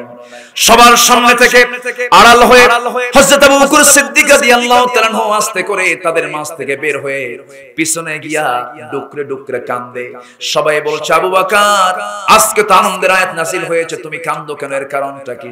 এবার তিনি বলেছেন, শোনো, দিনের কাজ পরিপূর্ণ হয়ে গেছে, আল্লাহ খুশি হয়ে গেছেন, কিন্তু আমার নবীজি যে দুনিয়াতে বাঁচবেন না, তোমরা কি এটা মনে করেছো নাকি? নবীজির মহব্বতে আমার চোখে পানি আমি আটকাতে পারতেছি না। যেরকম সুবহানাল্লাহ। একটা বিল্ডিং যখন বানায় ইঞ্জিনিয়ার, শুরু হলে ইঞ্জিনিয়ার কি যায় না থাকে? থাকে। যখন কাজ শেষ হয়ে যায় তখন কি করে? তখন ইঞ্জিনিয়ার কোনো প্রয়োজন আছে? দিনের কাজ হয়ে গেছে, রাসূল তার বাঁচবেন না, সবাই হাসে, আবু বকর কান্দে। আল্লাহু আকবার। আরেকটা আয়াত তিনি একদিন পড়তেছেন, তিনি তো ব্যবসায়ী ছিলেন। কি ছিলেন? একজন বড় ব্যবসায়ী ছিলেন। ক্ষমতা পায়া পরের দিন দোকানদারি করতেছেন। ক্ষমতা পায় পরের দিন কি করতেছেন? দোকানদারি করতেছেন। দোকানদারি করতে নিয়ে হঠাৎ করে তিনি কেঁদে ফেললেন, কাঁদতেছেন। একটা আয়াত পড়ে পড়ে কাঁদতেছেন। সে আয়াতটা হলো, যারা পারেন সঙ্গে পড়েন, ইন্নাল্লাহা আশতারা মিনাল মুমিনিনা আনফুসাহুম ওয়া আমওয়ালাহুম বিআন্না লাহুমুল জান্নাহ। আল্লাহ তাআলা মুমিনের জান এবং মালকে জান্নাতের বিনিময়ে কিনে নিয়েছেন। এই আয়াতটা তো খুশির সংবাদ। আমরা জান এবং মাল আল্লাহকে দিলে আল্লাহ আমাকে কি দিবেন? আসতে কবেন না, কি দিবেন? এটা তো কান্দার কোন আয়াত নয়, কিন্তু সাইয়েদনা আবু বকর কান্দেন। বলা হলো, আবু বকর তুমি কান্দো কেন? এই আয়াতটা আমাদের সংবাদ। তিনি বলছেন, কান্নার কারণ হলো, সকালবেলা একটা কাস্টমার এসেছিল আমার দোকানে। এক কাস্টমার এসে বলতেছে, 1 বছর আগে তোমার কাছ থেকে এই কাপড়টা নিয়ে গেছি, এই কাপড়টা আমি নেব না, তুমি ফেরত নিয়ে নাও, টাকা আমাকে দিয়ে দাও। আমি তাকে জিনিস নিয়ে টাকাটা ফেরত দিয়ে দিলাম। সঙ্গে সঙ্গে আমার টেনশন হতেছে। কি টেনশন? এই যে আমি নামাজ কালাম গুলো পড়ছি, আমি যে জিহাদের কাজগুলো করলাম, এত ত্যাগ স্বীকার করলাম, এত খেদমত গুলো করলাম, দিনের কাজগুলো করলাম, হাসরের ময়দানে আল্লাহ যদি আমাকে ডাক দিয়ে বলে, আবু বকর এই দিকে আয়, তোর যতগুলো আমলনামা গুলো, কোন আমলনামা তো আমি তো কবুল করলাম, তুই এগুলো ফেরত নিয়ে নে, তুই এগুলো ফেরত নিয়ে নে। তখন আমি কোথায় যাব? তখন আমি কোথায় যাব?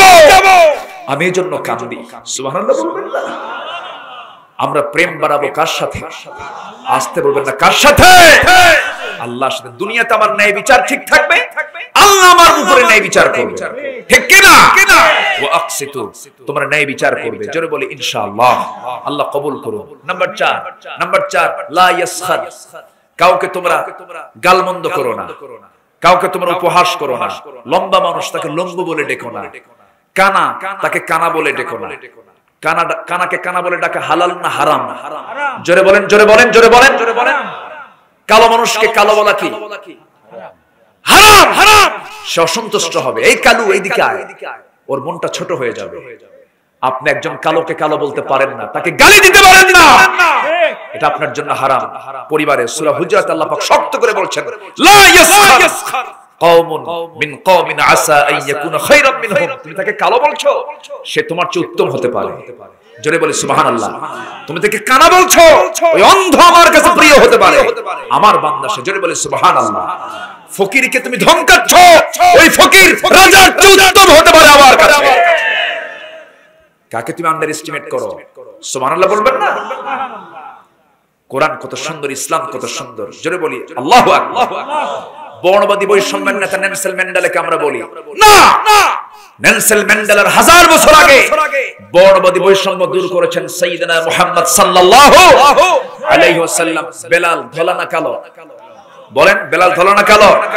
শুধু কালো না, ঘন কালো। ভাই তো হজে গেছেন, হজে গেলে তো গোটা দুনিয়ার মানুষ দেখা যায়। নাইজেরিয়ান এক নিগ্র কালোর সঙ্গে আমার পরিচয় হলো 2015 সালে। আমি মদিনা শরীফের সামনে দাঁড়ানো, লোকটা বিশাল লম্বা, আমি তো লম্বায় 6 ফিট, বেচারা মনে হয় লম্বায় 7.5 ফিটের মতো হবে। আমি এরকম করে চাই আছি, বুঝেন না? আমি তাকে সামনে পেলাম, সালাম দিলাম, করমর্দন করলাম। ওনার এই নখটা এত মোটা, আমার কবজি যতখানি তার নখ ততখানি। এখন বলেন যে কি বডি হতে পারে, মানে ধরলে পরে উপায় নাই। তো আমি তাকে বললাম যে আপনি যেরকম কালো মানুষ, আসওয়াদ, আপনি কালো, এই যে মিশরি মানুষগুলো, আরবের মানুষগুলো, ইউএস এর মানুষগুলো, ইউকে এর মানুষগুলো, এত সুন্দর সুন্দর মানুষ, এই সুন্দরগুলো মানুষগুলোকে দেখে কি আপনার একটু মন খারাপ হয় না? আমি থেকে এই প্রশ্নটা করলাম, ভাবলাম দেখি তার মানে কমেন্টটা কি। এই কথা শুনে একটা মুস্কি হাসি মারলো, কালোর ভিতরে সাদা দাগ, মানে বুঝতেছেন তো, মানে ফুটে উঠলো, ভালোই লাগে। এরপর এরকম বড় একটা নখ উঁচা করে বলতেছে, সবার দিকে এরকম করে ইঙ্গিত করে, এগুলো কোন সিহারা হলো? সিহারা তো আমার। সুবহানাল্লাহ বলবেন না? আমি তখন মনে মনে ভাবলাম, আসলেই মানে বান্দার দায়িত্ব হচ্ছে তার নিজের উপর সন্তুষ্ট থাকা। জোরে বলে সুবহানাল্লাহ। আমি সবচেয়ে সুন্দর, আমি সুন্দর, কারণ আমাকে সুন্দর করে বানিয়েছেন কে? আমাকে সুন্দর করে বানিয়েছেন কে? সবাই সবাই, কাউকে কালো বলা যাবে না। 3টা কালো ছিল পৃথিবীতে বিখ্যাত, 3 কালো। কয় কালো? এর মধ্যে একটা কালোর নামে আল্লাহ পাক সূরা নাজিল করেছেন, একটা সূরা নাজিল করেছেন এক কালোর নামে। সে কালো কি কালো না? কালো, খাটো, নাক মোচা, চুল খাড়া, পায়ের গোড়ালি ফাটা। তাফসীর ইবনে কাসির এসেছে তার পায়ের গোড়ালিটাও ফাটা ছিল। যাদের পায়ের গোড়ালি ফাটে, লেপের তলে শুইলে পরে লেপের কাপড় ঠিক থাকে। সকালবেলা হলি স্বামীর বইয়ের মধ্যে গন্ডগোল, ফাটা পাও নিয়ে তুমি শুইয়া ঘুম পাড়ো, আসে না? হে বলেন, গন্ডগোল। তো সাসারা কষ্ট পাচ্ছেন নাকি আপনারা? আচ্ছা, তো এরকম ফাটা পা, সমাজে পরিচিতিও নাই, কিন্তু আল্লাহ তাকে এই কালোটাকে এত সম্মান দিলেন। আমাদের ওয়াজ তো 50 বছর 60 বছর, তারপরে আমাদের যারা চেয়ারম্যান নেতা হয়তো নয় 100 বছর 200 বছর 150 বছর থাকলো, কিন্তু কোরআন আছে না নাই? কোরআন কি নির্মূল হবে? আকাশ ফেটে যাবে, জমিন শেষ হয়ে যাবে, কোরআন নির্মূল হবে না। সেই কোরআনের ভিতরে ওই কালো লোকটার নাম সূরা লোকমান নামে একটা সূরা নাজিল করেছেন আল্লাহ তাআলা। কেন জানেন? লোকমানের ওয়াজটা আল্লাহর কাছে খুব পছন্দ হয়েছে। যারা কোন সুবহানাল্লাহ। কার ওয়াজ? বলেন কার ওয়াজ? লোকমানের ওয়াজ কে পছন্দ করেছেন? লোকমান ওয়াজ করেছেন 13টা। কয়টা ওয়াজ? 13টা ওয়াজ করেছেন। সব ওয়াজ বাইরে না পরিবারে? বলেন বাইরে না পরিবারে? আজকে সূরার নাম, সূরাটা কি? না, সূরা হুজরাত। সূরা হুজরাত কিসের সূরা? পরিবারের সূরা। লোকমান ওয়াজ করেছেন বাইরে না পরিবারে? পরিবারে। 13টা ওয়াজ করেছেন, সন্তানকে ডাক দিয়েছেন, ইয়া বুনাইয়া, হে আমার আদরের কলিজার টুকরা সন্তান, এইদিকে আসো। আল্লাহ বলছেন, লোকমান তোর এত সুন্দর দাওয়াত আমি আল্লাহ পছন্দ করে পৃথিবীর সব বাবাকে তোর মডেল বানায়া দিতে চাই, তোকে মডেল বানায়া দিলাম। লোকমান নামে একটা সূরা নাজিল করে 13টা ওয়াজ তুলে দিলাম। যা, জোরে বলেন সুবহানাল্লাহ। 13টা ওয়াজ আছে না নাই? আচ্ছা, শুনবেন আজকে, শুনবেন, সব শুনবেন আজকে। জোরে বলি ইনশাআল্লাহ। দেখেন আমার ওয়াজের ভিতরে না একটু রসকস কম। আমি হ্যাঁ, কষ্ট পাচ্ছেন নাকি আপনারা? কিছু কিছু জায়গায় আমার ওয়াজ শুনি, এরকম অনেক আলোচক ওয়াজ করেন, কেন্দ্র কুন্দে শেষ। পরে যদি বলা হয় ভাই আপনি কি বুঝলেন, ভাই কানলাম ঠিক কিন্তু বুঝলাম না কিছু, এরকম আসানো নাই? না, আমরা কিছু শিক্ষা নিয়ে যাব। জোরে বলি ইনশাআল্লাহ। কিছু শিক্ষা আমরা পরিবারের জন্য আজকে নিয়ে যাব। পরিবারটা ঠিক রাখবো, সব ঠিক হয়ে যাবে। জোরে বলি ইনশাআল্লাহ।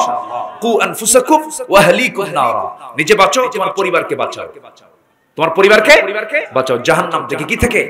জাহান্নাম থেকে। নিজে ভালো হব, সন্তানকে ভালো করব। জোরে বলি ইনশাআল্লাহ। জি, এরপরে কি যেন বললাম? 3 কালো। কয় কালো বলেন? এর মধ্যে এক নাম্বার কালো কে? জোরে বলেন কে? লোকমান। আরেকজন কালো ছিলেন, সেই কালোটা হলো সাইয়েদিনা বেলাল। সাইয়েদিনা বেলাল। ধরো না কালো, মালিক না গোলাম? মালিক না গোলাম? গোলাম। মালিকও না, গোলাম। ইসলাম কবুল করলেন, কালো মানুষ, কেউ তাকে পছন্দ করে। সাহাবীরা মাঝে মাঝে বলতেন কালো পাহাড় আসতেছে। কি পাহাড় আসতেছে? রাসূল বললেন সাবধান আমার সাহাবীরা, আমার বেলালকে তোমরা এরকম করে ডাকবা না। আমার বেলালকে যদি তোমরা কষ্ট দাও, আমাকে কষ্ট দাও হয়ে যাবে। জোরে বলি সুবহানাল্লাহ। বেলালকে সম্মান কে দিয়েছেন? তার আযান আরশ আজিম পর্যন্ত পৌঁছে গেছে। আরশ আজিম পর্যন্ত পৌঁছে গেছে। তিন কালো, এর মধ্যে কালো হচ্ছেন বেলাল। আরে কি মাইরটা দিল! তার মনিব উমাইয়া মেরে রক্তাক্ত করে জমিনে ফেলে দিয়েছে। মুখ থেকে বের হয় কুল হুয়াল্লাহু আহাদ। উমাইয়া বলতেছে তোর জিহ্বা বন্ধ করবি না কেন? অবশ্যই বন্ধ করব না, আল্লাহর নাম নেবই, আল্লাহর নাম নেবই। আল্লাহর নাম তোমরা আমার মুখ থেকে বন্ধ করতে পারবে না। লাফ মেরে গিয়ে উমাইয়া বুকের উপরে বসে বাম হাত মুখের মধ্যে ঢুকায় দিয়া জিহ্বা টান মেরে বের করে বাবলা গাছের কাঁটা ঢুকায় দিয়ে বলছে আল্লাহর জিকির কর। সঙ্গে সঙ্গে বেলাল জিহ্বা বন্ধ হয়ে গেছে। হাতের নখটা উঁচু করে বলছে উমাইয়া আমার জিহ্বা অচল করে দিয়েছো, আমার দিলটাতে আমি আল্লাহর নামটা অঙ্কন করে রেখে দিয়েছি। জোরে বলে সুবহানাল্লাহ। সব ছাড়বো, আল্লাহকে ছাড়া যাবে? আল্লাহকে বাদ দেওয়া যাবে? দিন শেষে আমি কারোই না, দিন শেষে আমি কার সাথে? আসতে বলবেন না কার সাথে? বউ না, ছেলেও না, মেয়েও না, নেতা না, কর্মী না, তারপরে আশেপাশের কোনো বন্ধু বান্ধব না। দিন শেষে সন্ধ্যা হয়ে যাবে, জীবন প্রদীপ নিভে যাবে, কবরে আমি একা যাব। আমার সাথে কে? আসতে বলবেন কে? আল্লাহ। সে আল্লাহর হুকুমকে আমরা বাদ দেব না। বেলালের মতো আমরা হব, লোকমানের মতো হব। আরেকজন কালোর কথা না বললে অপূর্ণ থেকে যায়। যেহেতু এসে গেছে এই প্রসঙ্গ, সেই কালোটার কথা বলি। সেই কালো বান্দা হলো একজন আল্লাহর প্রিয় সাহাবী। সেই সাহাবীটা নবীর সামনে একদিন এসে কান্দে আর বলে হুজুর আমার মনটা দারুণ খারাপ। কেন, কি হয়েছে? হুজুর যুবক মানুষ, আমার বিয়ে হয় না, আমি বিয়ে করতে চাচ্ছি, বিয়ে হয় না। কেন বিয়ে হয় না? আমি কালো, আমাকে কেউ পছন্দ করে না। রাসূল বললেন ভুল চিন্তা তোমার। কে বলেছে তোমার বিয়ে হবে না? আমি তোমার জন্য দোয়া করে দিলাম, এই মদিনার সবচেয়ে সুন্দরী নারীর সঙ্গে তোমার বিয়ে হয়ে যাবে। আমার নবীজির কথা শুনে সাহাবীর মনটা ভরে গেল। রাসূল বলছেন ঠিক আছে হুজুর। রাসূলকে বলছেন হুজুর ঠিক আছে, কিন্তু সেই মেয়েটাকে আমাকে পরিচয় করায় দেন। সেই মেয়েটা হলো অমুকের মেয়ে। রাসূল কে? ওই সাহাবী বললেন হুজুর আমি কি করব, সেই জায়গায় প্রস্তাব নিয়ে যাব নাকি? রাসূল বললেন যাও হুজুর, যে প্রস্তাব দেব কেমনে আপনি একটু লিখিত করে দেন। সুন্দর করে একটা চিঠি প্রস্তুত করে দেওয়া হলো। আমার নবীজির চিঠিখানা প্রস্তুত করে দেওয়ার পরে সাহাবীর আনন্দ দেখে কে দৌড় মেরে মেরে বিয়ে করার জন্য ওই মেয়ের বাড়ি থেকে মেয়ের বাবার কাছে গিয়ে বলছে এই মেয়ের বাপ, এই যে চিঠিখানা পড়ো, তাড়াতাড়ি ব্যবস্থা করো।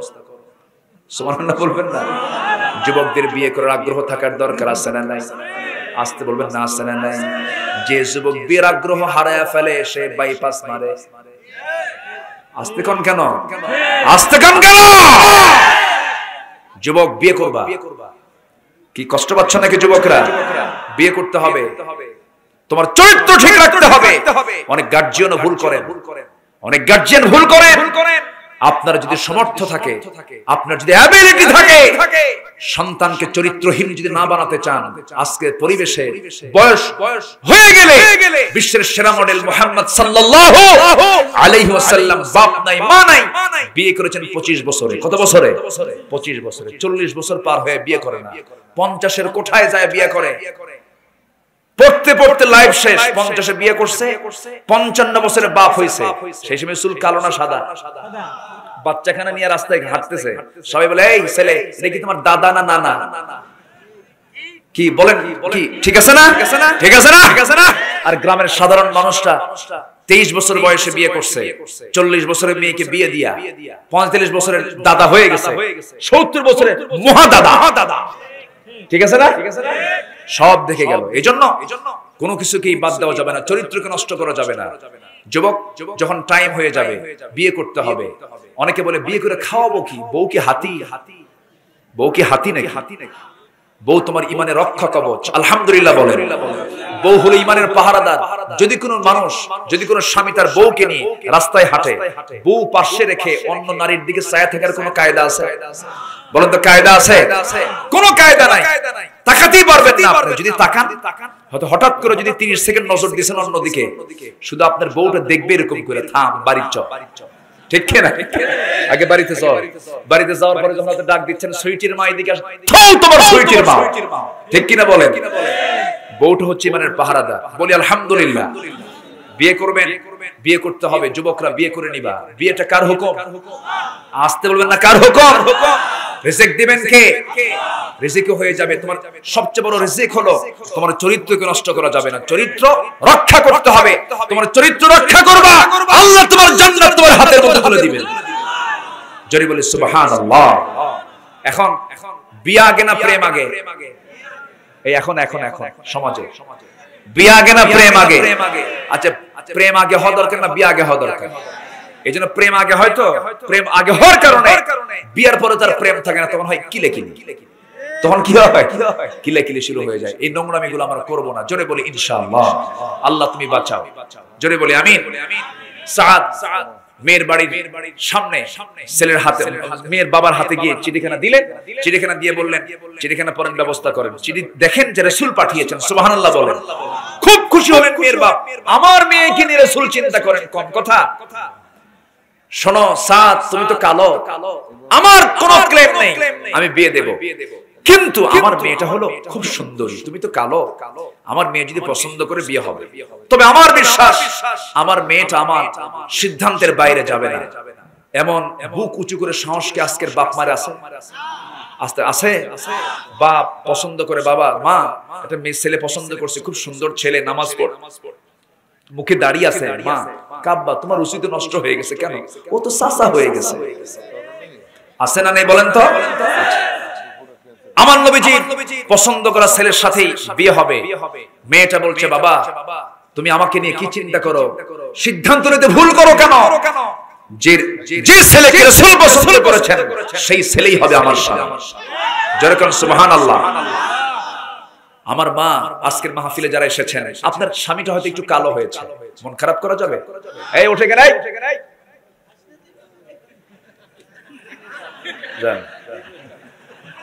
কোন সুযোগ নাই, দাওয়াত দিয়ে চলে যাবেন, এটা কেমন কথা? বসেন বসেন। কি কষ্ট পাচ্ছেন নাকি আপনারা? কি হলো এরপরে?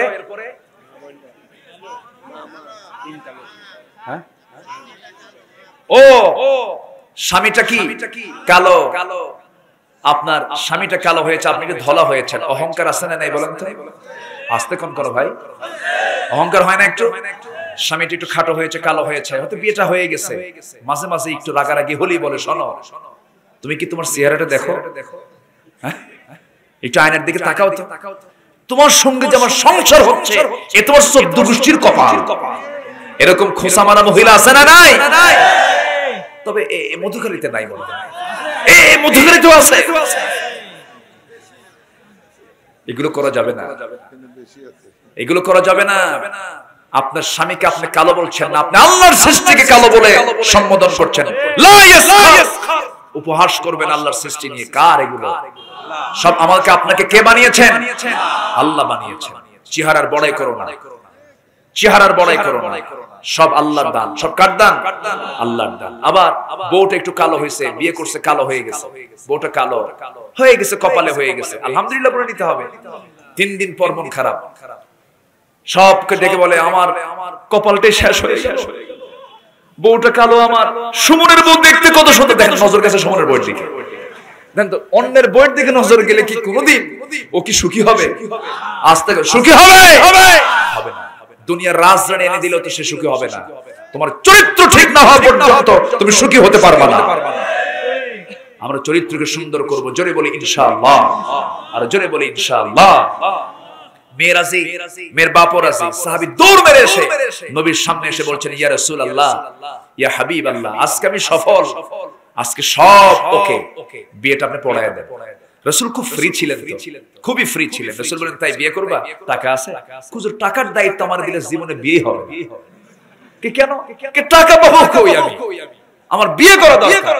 রাসূল বললেন বিয়ে করবা, মোহরানা দিতে হবে না হুজুর, সব দায়িত্ব যেহেতু আপনি নিলেন, আপনি টাকাটা দেন। জোরে বলি সুবহানাল্লাহ। মানুষ তো মানুষের জন্যই, ঠিক কি না? মানুষ কি মানুষের জন্য। রাসূল বললেন ঠিক আছে, দেখি আমার একটা ধনী সাহাবীও আছে, একটা গরীব সাহাবীও আছে। নবীজির জামাই ছিল, ধনীও ছিল, গরীবও ছিল। আর এখন কি খোঁজে? শুধু খালি ধনী খোঁজে। কি খোঁজে? শুধু ধনী খোঁজে। রাসূলের জামাই ধনীও ছিল, গরীবও ছিল। ওসমানের সম্পত্তি কমে না। রাসূল বললেন ওসমান তোমার সম্পত্তি কমবে কেমনে? তুমি তো সম্পত্তি কমানোর জন্য কোনো আমল করো না। উনি খেতেন যখন, খাওয়ার পরে, খাওয়ার সময় যত খাবার পরে থাকতো, পরে যেত, ওই খাবারগুলো ধুই আবার খেতে। সুবহানাল্লাহ বলেন। রাসূল বলেন ওসমান তোমার সম্পত্তি কখনো কমবে না। জোরে কোন সুবহানাল্লাহ। কখনো কমে নাই তার সম্পত্তি। আরেকজনের আলীর কোনো ঘরই ছিল না, ওটাও জামাই এটাও জামাই। ধনীও নিয়েছেন, গরিবও নিয়েছেন। ধনীও মডেল, গরিবও মডেল। আমরা দেখবো আগে চরিত্র। কি দেখবো আগে? চরিত্র। রাসূল বিয়ে দিয়েছেন মেয়েকে, ধনী সম্পদ, গরিব দেখে না, চরিত্র দেখে। চরিত্র দেখে আমরা চরিত্রকে সবচেয়ে বড় সম্পদ বানাবো। জোরে বলি ইনশাআল্লাহ। রাসূল বলেন ওসমান 200 দিরহাম দাও, নোমান 200 দিরহাম দাও। কত দিরহাম হলো? 400 দিরহাম। বলতেছে সাদ আল আসওয়াদ সুলাইমি, তিন কালো, লোকমান, বেলাল আর সাদ। লোকমান, বেলাল, সাদ। বললেন সাদ তুমি এই টাকা নিয়ে তুমি বাজার করে আসো, কালকে বিয়া। যাও। দৌড় মেরে চলে গেলেন বিয়ের বাজারে। বাজার শুরু করলেন। বাজার শুরু করতে নিয়ে হঠাৎ করে তাকে একজন সাহাবী এসে বললেন ও সাদ, বিয়ের বাজার তো করতে এসেছে, তুমি কি জানো যুদ্ধের ডাক এসেছে? আল্লাহ তাআলা বলছেন তিনটা কাজ করলে আমি তোমাকে সত্যবাদী বলবো, ঈমান আনবে, সন্দেহ করবে না। আর নাম্বার 3 হলো আল্লাহ তাআলা বলছেন আল্লাহর পথে তুমি জিহাদ করবে জান এবং মাল দিয়ে, আমি তোমাকে সত্যবাদীর সার্টিফিকেট দিয়ে জান্নাত দিয়ে দেব। এই সাহাবী করলেন কি? মনে মনে চিন্তা করলেন বিয়ের সুযোগ বারবার জীবনে পাবো, কিন্তু জিহাদের ডাক তোমার কানে নাও আসতে পারে। ওই টাকা দিয়ে করলেন কি? ঘোড়া কিনলেন, তরবারি কিনলেন, যুদ্ধে ঝাঁপিয়ে পড়লেন। যুদ্ধ করতে গিয়ে এক পর্যায়ে তিনি শাহাদাত বরণ করলেন। বিয়ার কিসমতে জুটলো না। নবীর কানে সংবাদ চলে গেল, হে রাসূল আমাদের সাদ তো দুনিয়া থেকে বিদায় নিয়েছে। রাসূল বলেন কোন সাদ? যে সাদের বিয়ের কত কালকে ছিল। আমার নবীজি দৌড় মেরে তাকে দেখতে গেলেন। দেখতে গিয়ে দেখেন মস্তকটা বিচ্ছিন্ন অবস্থায় পড়ে আছে, হাত কাটা, পা কাটা। আমার নবীজি দূর থেকে সাহাবীর দিকে তাকাচ্ছেন, একবার মুস্কি মুস্কি হাসেন, একবার তিনি কেঁদে কান্নায় ভেঙে পড়েন। সাহাবীরা বলছেন ইয়া রাসূলুল্লাহ, ইতিপূর্বে আপনার এমন আচরণ লক্ষ্য করে নাই আমরা। এই মুখে হাসেন, এই মুখে কান্দেন, এর কারণটা কি? রাসূল বলছেন শোনো, আমি কাঁদতেছি এই জন্য আমি সাহাবীর জন্য কি হেন নাই করলাম না, সব আয়োজন সম্পন্ন করলাম, ওর বিয়েটা দিয়ে দেব। কিন্তু নারী আজকের এই দুনিয়ার জিন্দেগিতে সে একজন নারীকে কাছে পেল না, সে বিয়ে করতে পারল না। এজন্য আমি আফসোসে কান্দি। আর হাসার কারণ হলো আমি আমার নবুয়তি চোখে দেখতে পেতেছি আমার সাদকে জান্নাতের হুররা তাকে টানাটানি করে বেহেশতের দিকে নিয়ে চলে যেতেছে। আমার নবীজি বলেন সাহাবীরা জানাজার আয়োজন করো। জানাজা রাসূল পড়ায়া দিলেন। নবীজি নিজেই জানাজার ইমামতি করলেন, নামাজটা শেষ করলেন। জানাজা শেষ করার পর তিনি বলছেন আমার ও সাহাবীরা, আমার সাদ যে ঘোড়া দিয়ে যুদ্ধ করেছে, যে তরবারি দিয়ে যুদ্ধ করেছে, সেই ঘোড়ার তরবারি আমার সামনে নিয়ে আসো। নিয়ে আসা হলো। হুরে মদিনাকে নিয়ে আসো। সুন্দরী মেয়ে যার সঙ্গে বিয়ের কথা হয়েছিল তাকে সঙ্গে করে নিয়ে আসো। নিয়ে আসা হলো। সঙ্গে সঙ্গে রাসূল বললেন ও মদিনার সুন্দরী মহিলা, তুমি আজকে এমন ছেলেকে পছন্দ করেছিলে, আমার যে পছন্দের ছেলে। জোরে বলুন সুবহানাল্লাহ। ধলা না কালো? আজ থেকে ধলা না কালো? নবীজি পছন্দ করেছিলেন, আমার পছন্দেই তোমার পছন্দ হয়েছিল। তুমি আল্লাহর সৃষ্টিকে পছন্দ করেছিলে। তুমি যদি তাকে স্বামী বানাতে পারতে, তোমার যদি সে স্বামী হতো, অবশ্যই তুমি ধন্য হতে, তোমরা সুখী হতে। কিন্তু আমার সাদ তো বিয়ের বাজার করে নাই, সে বাজার করেছে জান্নাতের বাজার। ও দুনিয়ার সুন্দরী মহিলা, তার পক্ষ থেকে এই ঘোড়া আর তরবারি, তার পক্ষ থেকে আমি তোমাকে হাদিয়া স্বরূপ দিয়ে দিলাম। জোরে বলুন সুবহানাল্লাহ। সব হতে হবে কার খুশির জন্য? আল্লাহর জন্য। সব হতে হবে আমার নবীর খুশির জন্য। আল্লাহ কবুল করুন। জোরে বলি আমিন। তাহলে সূরা হুজরাতের কয় শিক্ষা? বলেন কয় শিক্ষা হয়েছে? কয়টা? এখন বলেন আরো 6টা বলতে সময় লাগবে না? আরো বহু আলোচনা সামনে পড়ে আছে। আমি যে পয়েন্ট ধরেছি এটাতে অন্তত 3 দিন সময় হলে ভালো হতো, কিন্তু রাত তো অনেক হয়ে গেছে। আমি আর সময় বাড়াবো না, আর একটু পয়েন্টগুলো শেষ করে নিচ্ছি। আমি আপনাদেরকে খুব ধন্যবাদ জানাচ্ছি এবং মেহমানদেরকেও ধন্যবাদ জানাচ্ছি। সবাই মাহফিলে আছেন, বলি আলহামদুলিল্লাহ। জোরে বলি আলহামদুলিল্লাহ। জি, নাম্বার 5 হলো কোন নারী কোন নারীকে গালমন্দ করবে না। নাম্বার 6 হলো লা তুলমিজু, অপমান করবে না। নাম্বার 7 হলো ওয়ালা তানাবাসু, একে অপরের প্রতি দোষারোপ করবে না। পরিবারে এগুলো হয় না, এগুলো হয় না, এগুলো হয় না, এগুলো হয়। দেখেন কোরআন কত সুন্দর, ইসলাম কত সুন্দর, সব শিখায় দিচ্ছে। নাম্বার 8 ক্বালা ইয়াকুম ফিয-যান্নি ইজতানিবু কাসীরাম মিনাজ-যান্নি, কুধারণা করবা না। হয়তো তোমার বউ, হয়তো তোমার ছেলে হয়তো কোন একটা কাজ করেছে, কুধারণা করো না। কোন ক্ষেত্রে কারো ক্ষেত্রে কুধারণা করবে না, আগে সুধারণা নিয়ে আসবে, এরপর জাস্টিফাই করবে, এটাকে খেয়াল করবে এবং সংশোধনের চিন্তা নিয়ে তুমি কাজ চালিয়ে যাবে। বরকত দিবেন কে? আল্লাহ। যে ব্যক্তি কুধারণা করে সে কোনদিন সুধারণা নিয়ে চলতে পারে না, ঠিক কি না? আমরা সুধারণা, আমরা সব সময় পজিটিভ সেন্সে চলবো, জোরে বলি ইনশাআল্লাহ। নাম্বার 9 হচ্ছে ওয়ালা তাজাসসু, চগলখড়ি করো না। চগলখড় তো আমাদের দেশে নাই, মধুখালীতে মধু খায়াও আছে, চগলখোর আছে। চগলখোর কি জান্নাতি না জাহান্নামী? এক কথা আরেকজনকে লাগায়, আরেক কথা আরেকজনকে লাগায়, আছে না নাই? আছে। এই সমস্ত আচরণ মুসলমান কখনো করতে পারে না। নাম্বার 10 হলো সর্বশেষ, ওয়ালা ইয়াগতাব বা'দুকুম বা'দা, তোমরা গীবত করবে না পরস্পরে। গীবত তো নাই আমাদের। নামাজিরা গীবত করে না, নামাজি করে না, হাজি করে না, অনেক ভালো মানুষ করে না। গীবত কাকে বলে? কারো সত্য কথা কিন্তু তার কাছে অপ্রিয়, কিন্তু তার আড়ালে আপনি অন্য কাউকে বলে দিচ্ছেন, এটার নাম কি? বলেন এটার নাম কি? এই গীবতটা মারাত্মক জিনিস। ইমানদারের মুখে কখনো গীবত আসবে না। মুখের লাগাম আপনি টেনে ধরবেন, আপনি জান্নাতের মেহমান হয়ে যাবেন। জোরে বলে সুবহানাল্লাহ। আমরা নিজের দোষ খুঁজবো, নিজের কি খুঁজবো? নিজের দোষ, অন্যের গুণ খুঁজবো। নিজের দোষ, অন্যের গুণ, এটা হচ্ছে ইমানদারের লক্ষণ। বলি আলহামদুলিল্লাহ। সবার কি মনে থাকবে? আল্লাহ তুমি এই 10টা হুকুম, 10টা শিক্ষা আমাদের জীবনে বাস্তবায়ন করার তৌফিক তুমি আল্লাহ আমাদের দিয়ে দাও। জোরে বলি আল্লাহুম্মা আমিন।